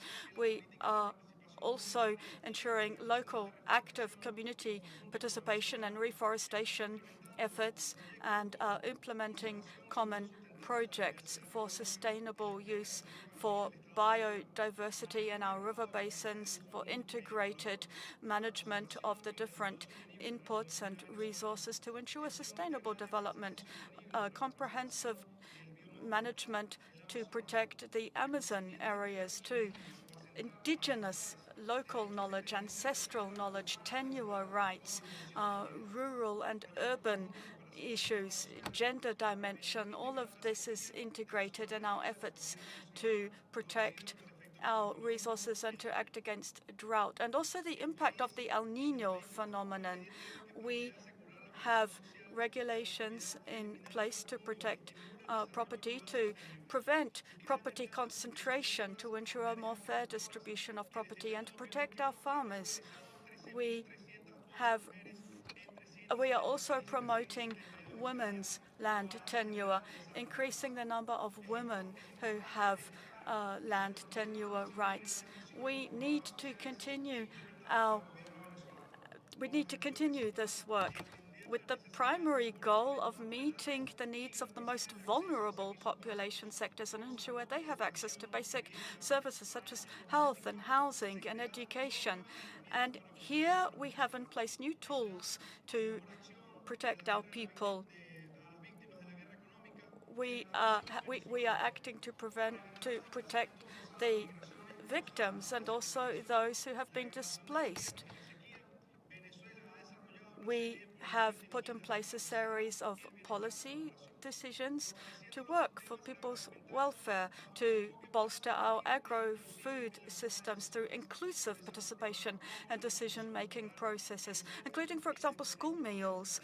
This is part of our education efforts. This will ensure that our people have access to school meals, and this has been a successful experience in our country for more than 20 years now. To conclude, I would also like to make a particular call here at this platform, calling on the developed countries which have benefited from the use of resources to fulfill their commitments and to ensure access to financing for the developing countries so that we can address the challenges of desertification, land degradation, and drought for food production and to protect life on our planet. Thank you, Mr. Chairperson, and I am sorry for having gone over time.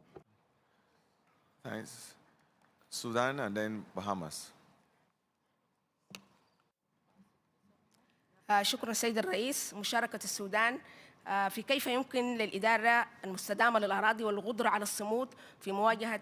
And we also believe that land management and resilience and acting against drought is crucial to, if we want to tackle the root causes of forced migration. Conflicts are having a negative impact on land, on natural resources, on our soils and our agriculture, and poor land management also during conflict situations. This is all having an impact too. And this is leading to violations of laws regarding land use and management. We all know that it is difficult to protect natural resources in a conflict situation. Land degradation is an urgent issue. Supporting land productivity, supporting soil health and our forests and our grazing lands. This is all crucial, and this is all being impacted. The situation this has all had an impact on our national situation. We have also seen the impacts of extraction industries, gold mining. This has also led to conflicts. It has exacerbated land degradation. It is a factor in the conflicts we see. And it is having a negative impact on the forests. And there is also illegal exploitation of resources. We have 10 million people who have been displaced. Now, if we want to address land degradation, we need to realize that this kind of degradation is a national security threat. When we have a conflict situation,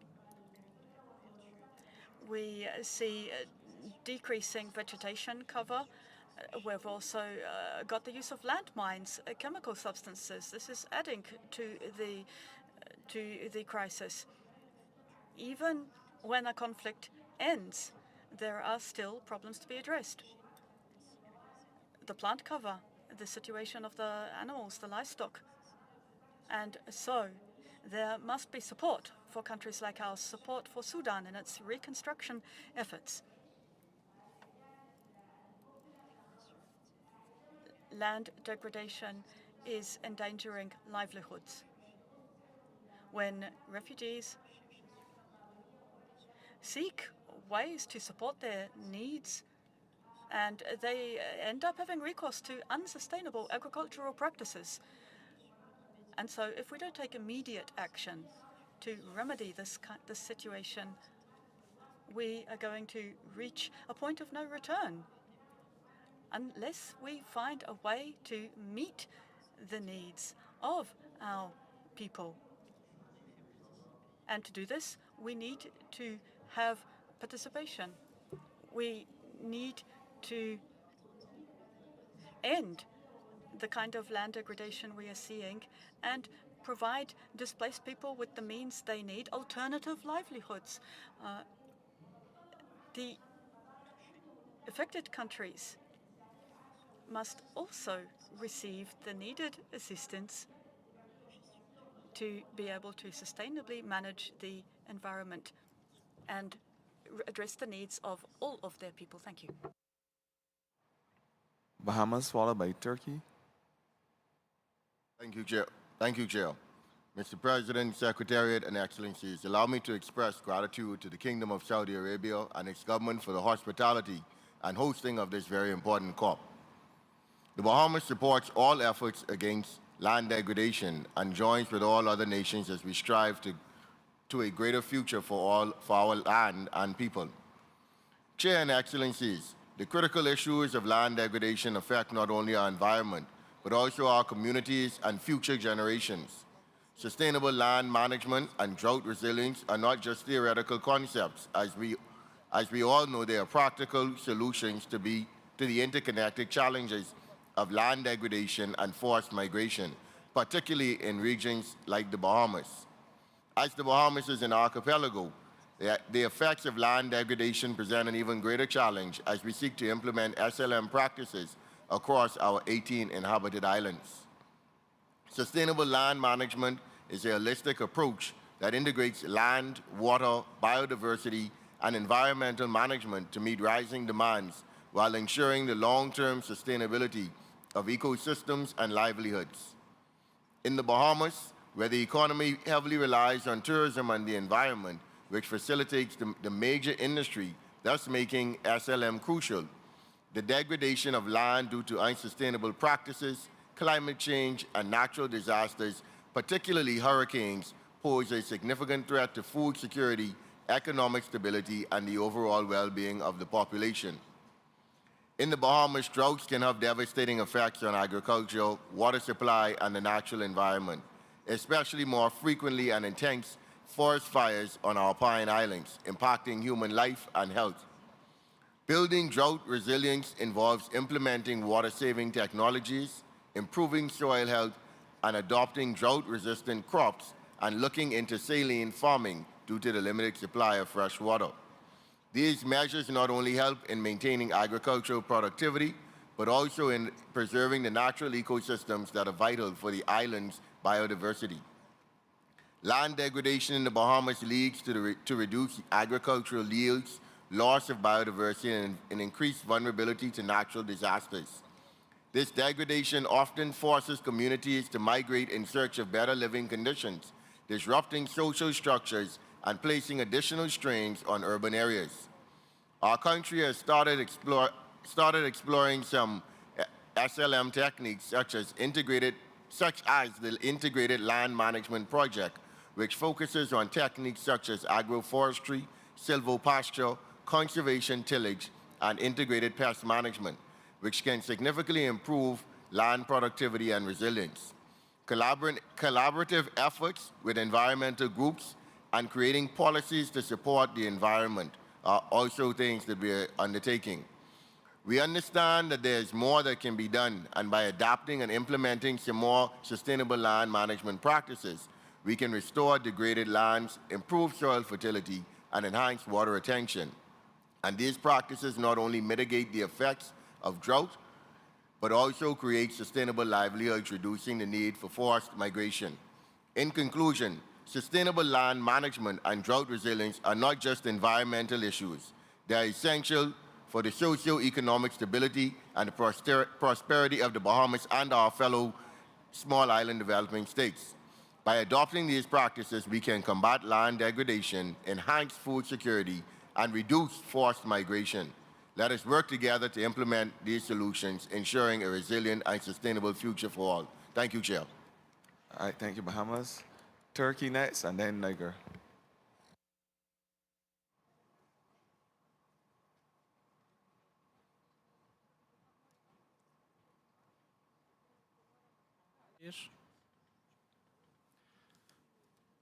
Thank you, Mr. Chair. Dear President, dear delegates, the main agenda item of our meeting is one of the most tragic issues in human history: migration. Wars, conflicts, pandemics, and disasters, among many other factors, lead to migration movements. In addition to this, land degradation and drought are also putting pressure on natural resources and causing severe damage. This situation displaces people from their living areas and forces them to migrate. People settle in areas they perceive as safe in order to access better living conditions.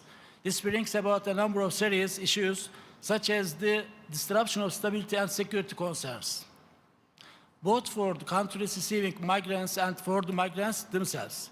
To overcome these challenges, it's crucial to implement sustainable land management and drought resilience principles that improve ecosystems, enhance people's well-being, and contribute to regional stability, peace, and security. Turkey has become a focal point to its stable, reassuring policies and its strategic and geopolitical position. Additionally, Turkey has gained the significant experience as a country that successfully managed both internal and external migration movements. To these characteristics, Turkey fulfills its historical responsibilities in establishing regional and global peace and justice in the international community. Turkey consistently offers these contributions through international collaborations. In this context, with the Ankara initiative we launched, we supported local development. The most concrete outcome of this has been the 3S Sustainability, Stability, Security Initiative, which aims to reverse migration by creating employment for the youth, women, and migrants through the restoration of degraded lands in Africa. Turkey has also implemented many exemplary initiatives in local development at the national level. The establishment of development agencies to reduce regional development disparities, the preparation and implementation of regional development plans that cover all sectors, and the strengthening of the economic incentive and support system with the encouraging financial mechanisms are among our successful practice in this regard. Of course, we support these efforts with sustainable land management practice and rural development projects that promote local economic and social development, aimed at minimizing the effects of drought, land degradation, and climate change. One of these initiatives is related with village project, which we are implementing as the Ministry of Environment, Urbanization, and Climate Change. Through this project, we have largely completed the infrastructure works in our villages. With this support, we are creating the necessary conditions for the sustainability of our rural development projects. Thank you, Mr. Chair. Thank you, Niger, followed by St. Lucia.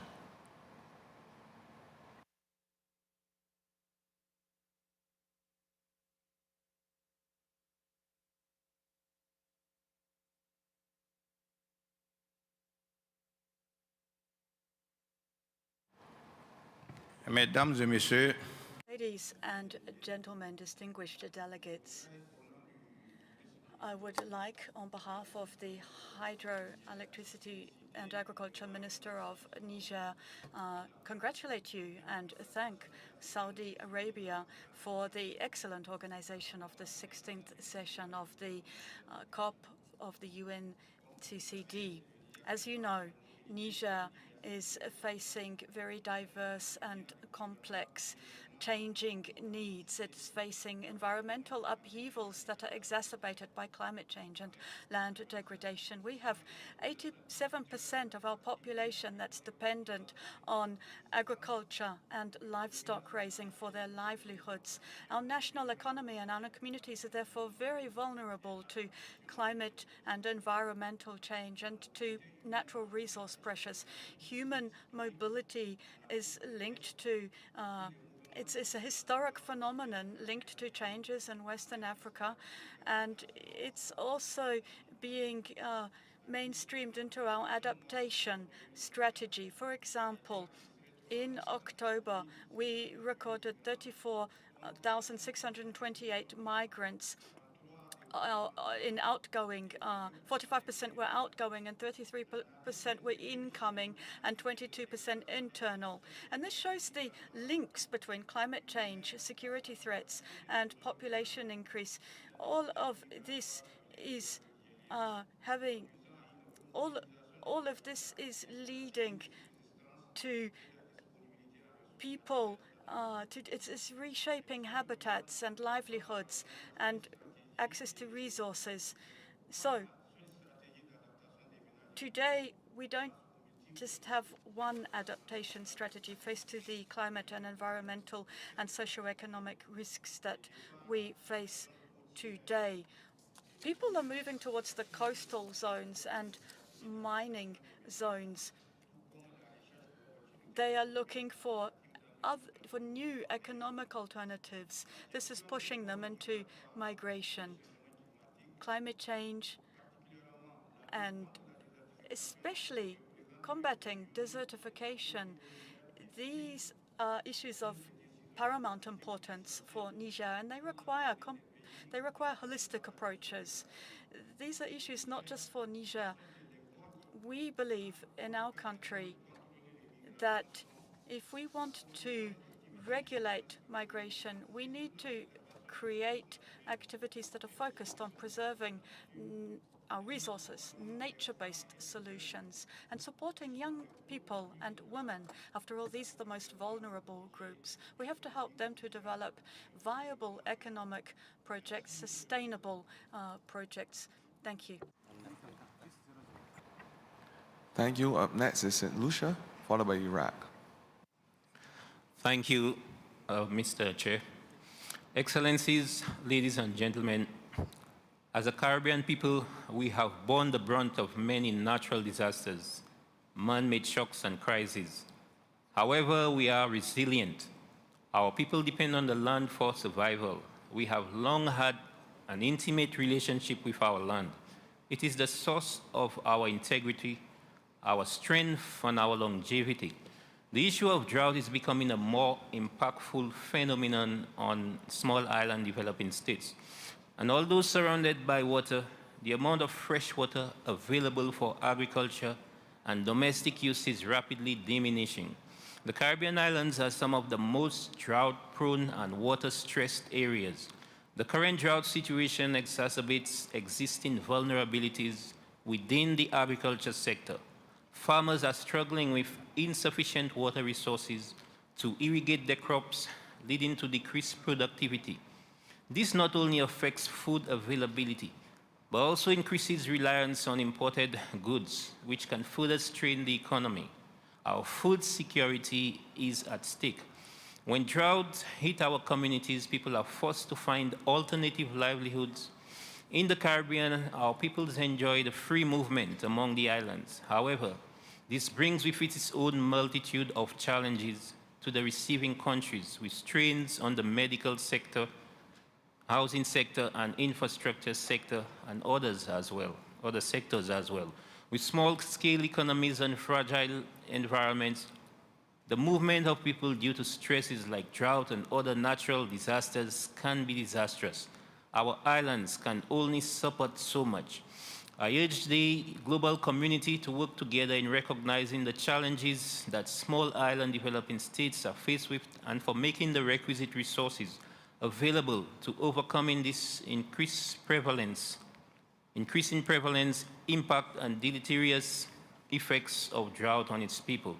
Addressing the challenges of drought and land degradation requires a multifaceted approach involving innovative practices, community involvement, supportive policies, and international cooperation. By prioritizing those strategies today, we can ensure a more resilient future for the Caribbean and the wider seas community in general, one where our natural resources will be preserved for generations to come. Ladies and gentlemen, I thank you. Thank you, St. Lucia.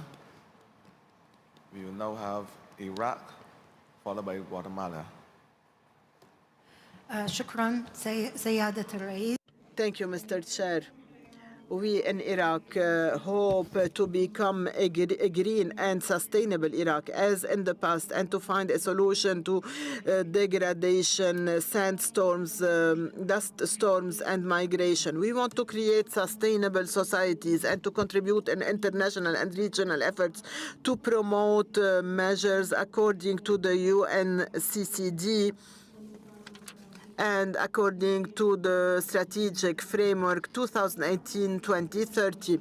We want to harmonize our national policies with the needs of the local population and to improve our ecosystem so that we can be resilient to major environmental challenges. We have adopted major initiatives, including acting on many axes in order to develop our regional and international management of water resources, and to have also cross-boundary areas that are managed in a sustainable manner. We want to improve the productivity of our land, and we are working on adaptation with climate change. We have declared the creation of new natural resource reserves and adopted modern agricultural measures. We want to have a healthy soil. We want to support biodiversity, and we want also to support all our population, as it has been the case for our past years and throughout our history. Thank you. Thank you, Iraq. Guatemala, followed by the Russian Federation.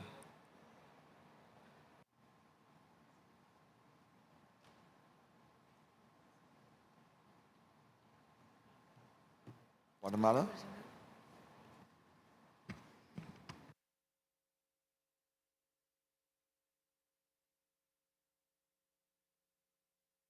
The mic is on now. Excelentísimo. President of COP16 presidency's delegates, it's an honor for me to speak on behalf of Guatemala. I'd like to express our thanks to the government and the people of Saudi Arabia for their hospitality and for having agreed to host COP16 of the UN Convention to Combat Desertification. I'd like to thank the Secretariat for efforts made also. For us, we should underscore the global commitment to tackle the challenges linked to desertification, land degradation, and drought. Guatemala is one of the 20 mega diverse countries in the world, and we are people agree we are pluricultural, multi-ethnic, and multilingual. We have a Maya worldview with a particular link with nature. The Mayans, play a key role in preserving nature and biodiversity and ecosystems and water resources. We have to meet major challenges because of our climate vulnerability, and there is migration. The Central America corridor sees millions of people at risk of being displaced because of environmental degradation and drought, which affects vulnerable populations, and Guatemala is no exception.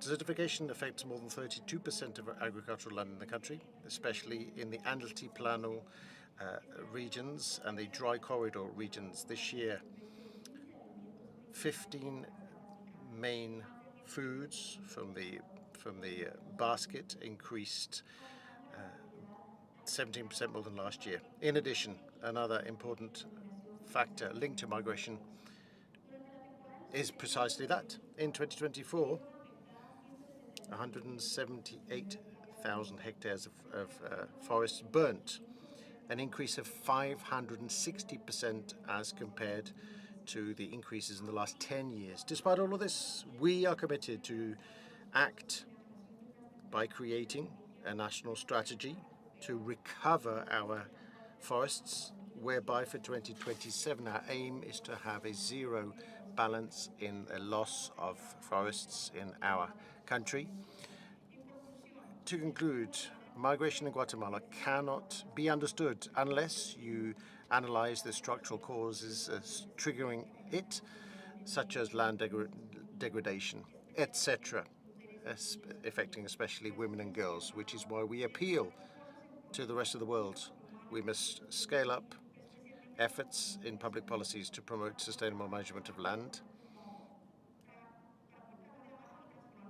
We need to transform this crisis in an opportunity to guarantee decent living standards and means of livelihood, which is crucial for the stability of our country and of our region. Thank you very much. Thank you, Guatemala. Russian Federation.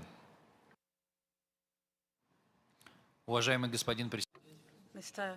Chairperson, colleagues, the Russian Federation has taken the floor to exercise its right of response following the statement made by Ukraine. We reject firmly the accusations against our country which are not connected to the subject that we are dealing with today, namely the Convention on Combating Desertification.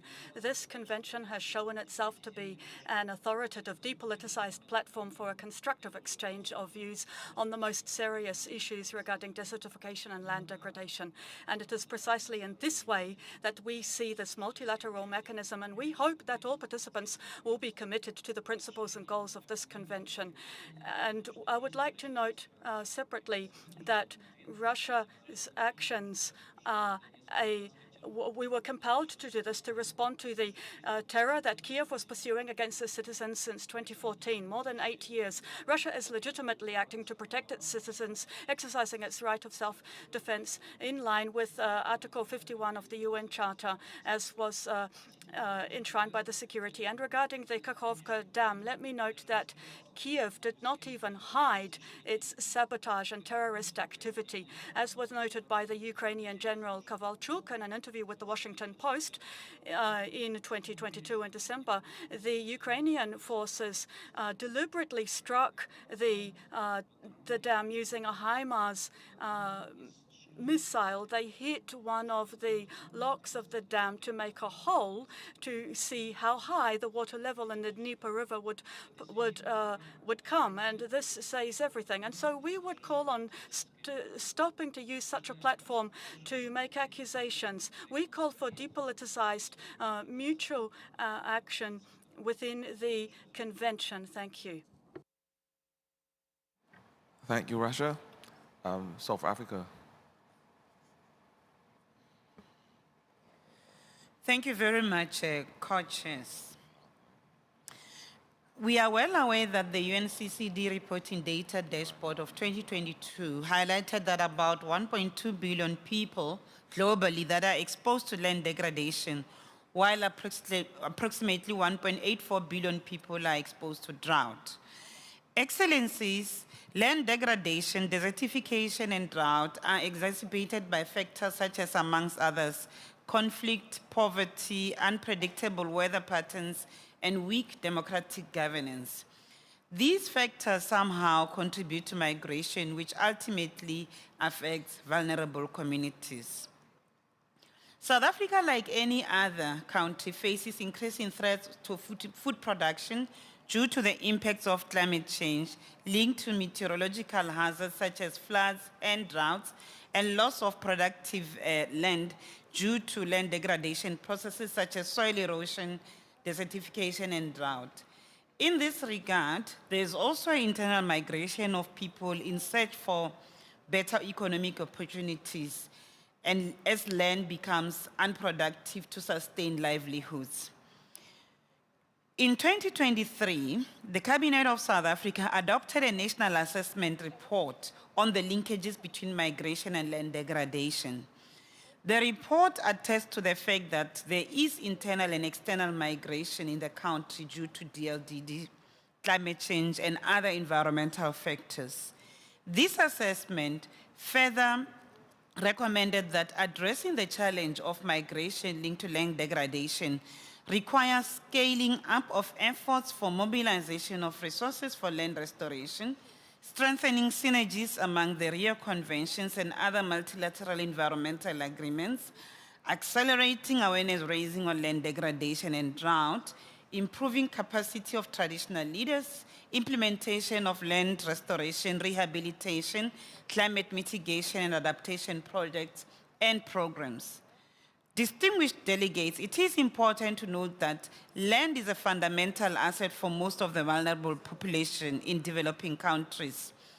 It is our view and our wish that this COP should reach a consensus to accelerate the mobilization of substantial resources for the implementation of large-scale restoration and drought-resilient projects and programs that will restore degraded landscape and promote sustainable land management. We therefore should aim to foster an environment where effective policies, best practices, and lesson learned will be shared among partners and stakeholders in order to address these challenges that face us. Distinguished delegates, as part of South Africa's G20 presidency in 2025, His Excellency President Ramaphosa announced today that one of the key priorities is strengthening disaster resilience in order to escalate discussions on climate-induced disasters and advocating for enhanced global support for post-disaster construction, particularly for vulnerable nations.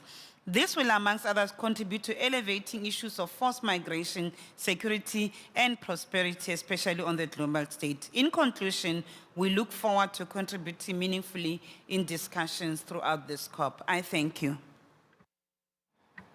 Thank you. We'll now have finally the representative of civil society.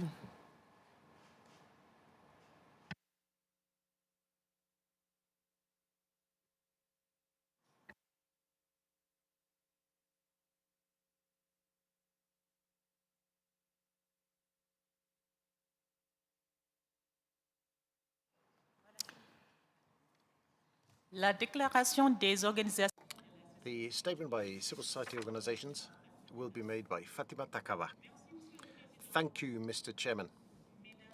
Ladies and gentlemen, on behalf of civil society organizations accredited here, involved in COP16, we welcome this opportunity given to us to tackle the crucial issue of forced migrations triggered by land degradation and drought.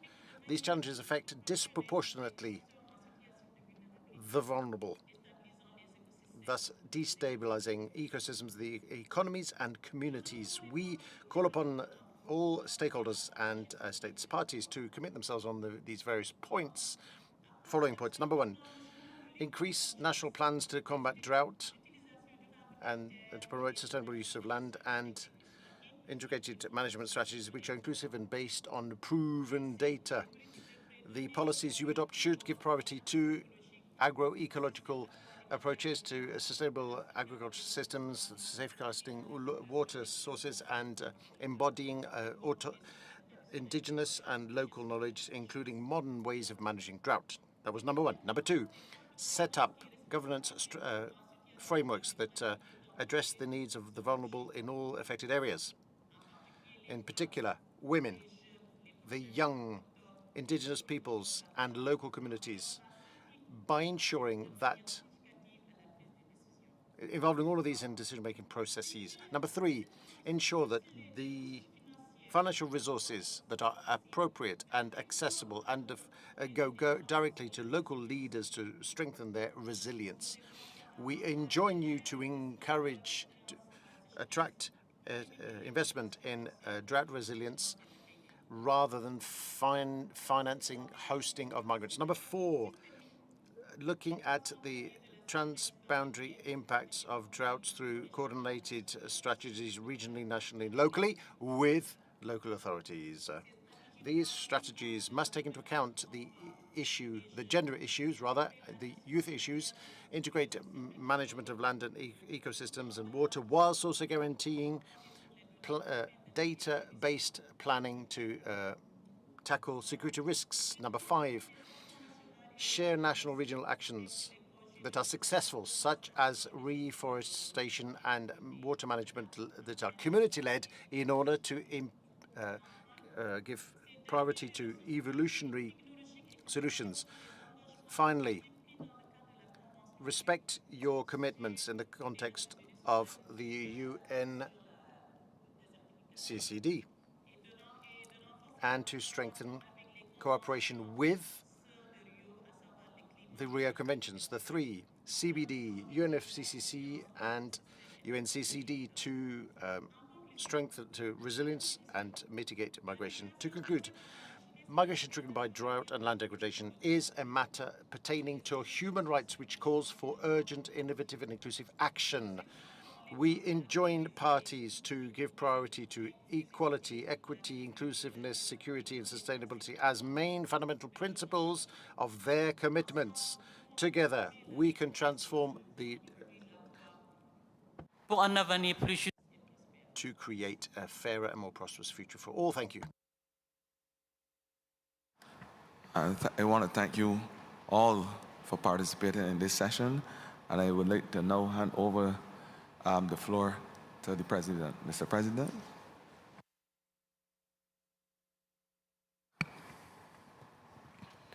شكرا جزيلا. أود أن أشكر الرئيسين المشاركين. Thank you very much. I would like to thank the two co-chairs for the wise way in which they've steered the discussions this afternoon. May I also thank all those who have taken the floor this afternoon to participate in the exchanges of views of this meeting. We will now adjourn briefly, just enough time to rearrange the podium and move to the closure of the high-level meeting. I will ask you kindly to stay seated, ladies and gentlemen. Thank you.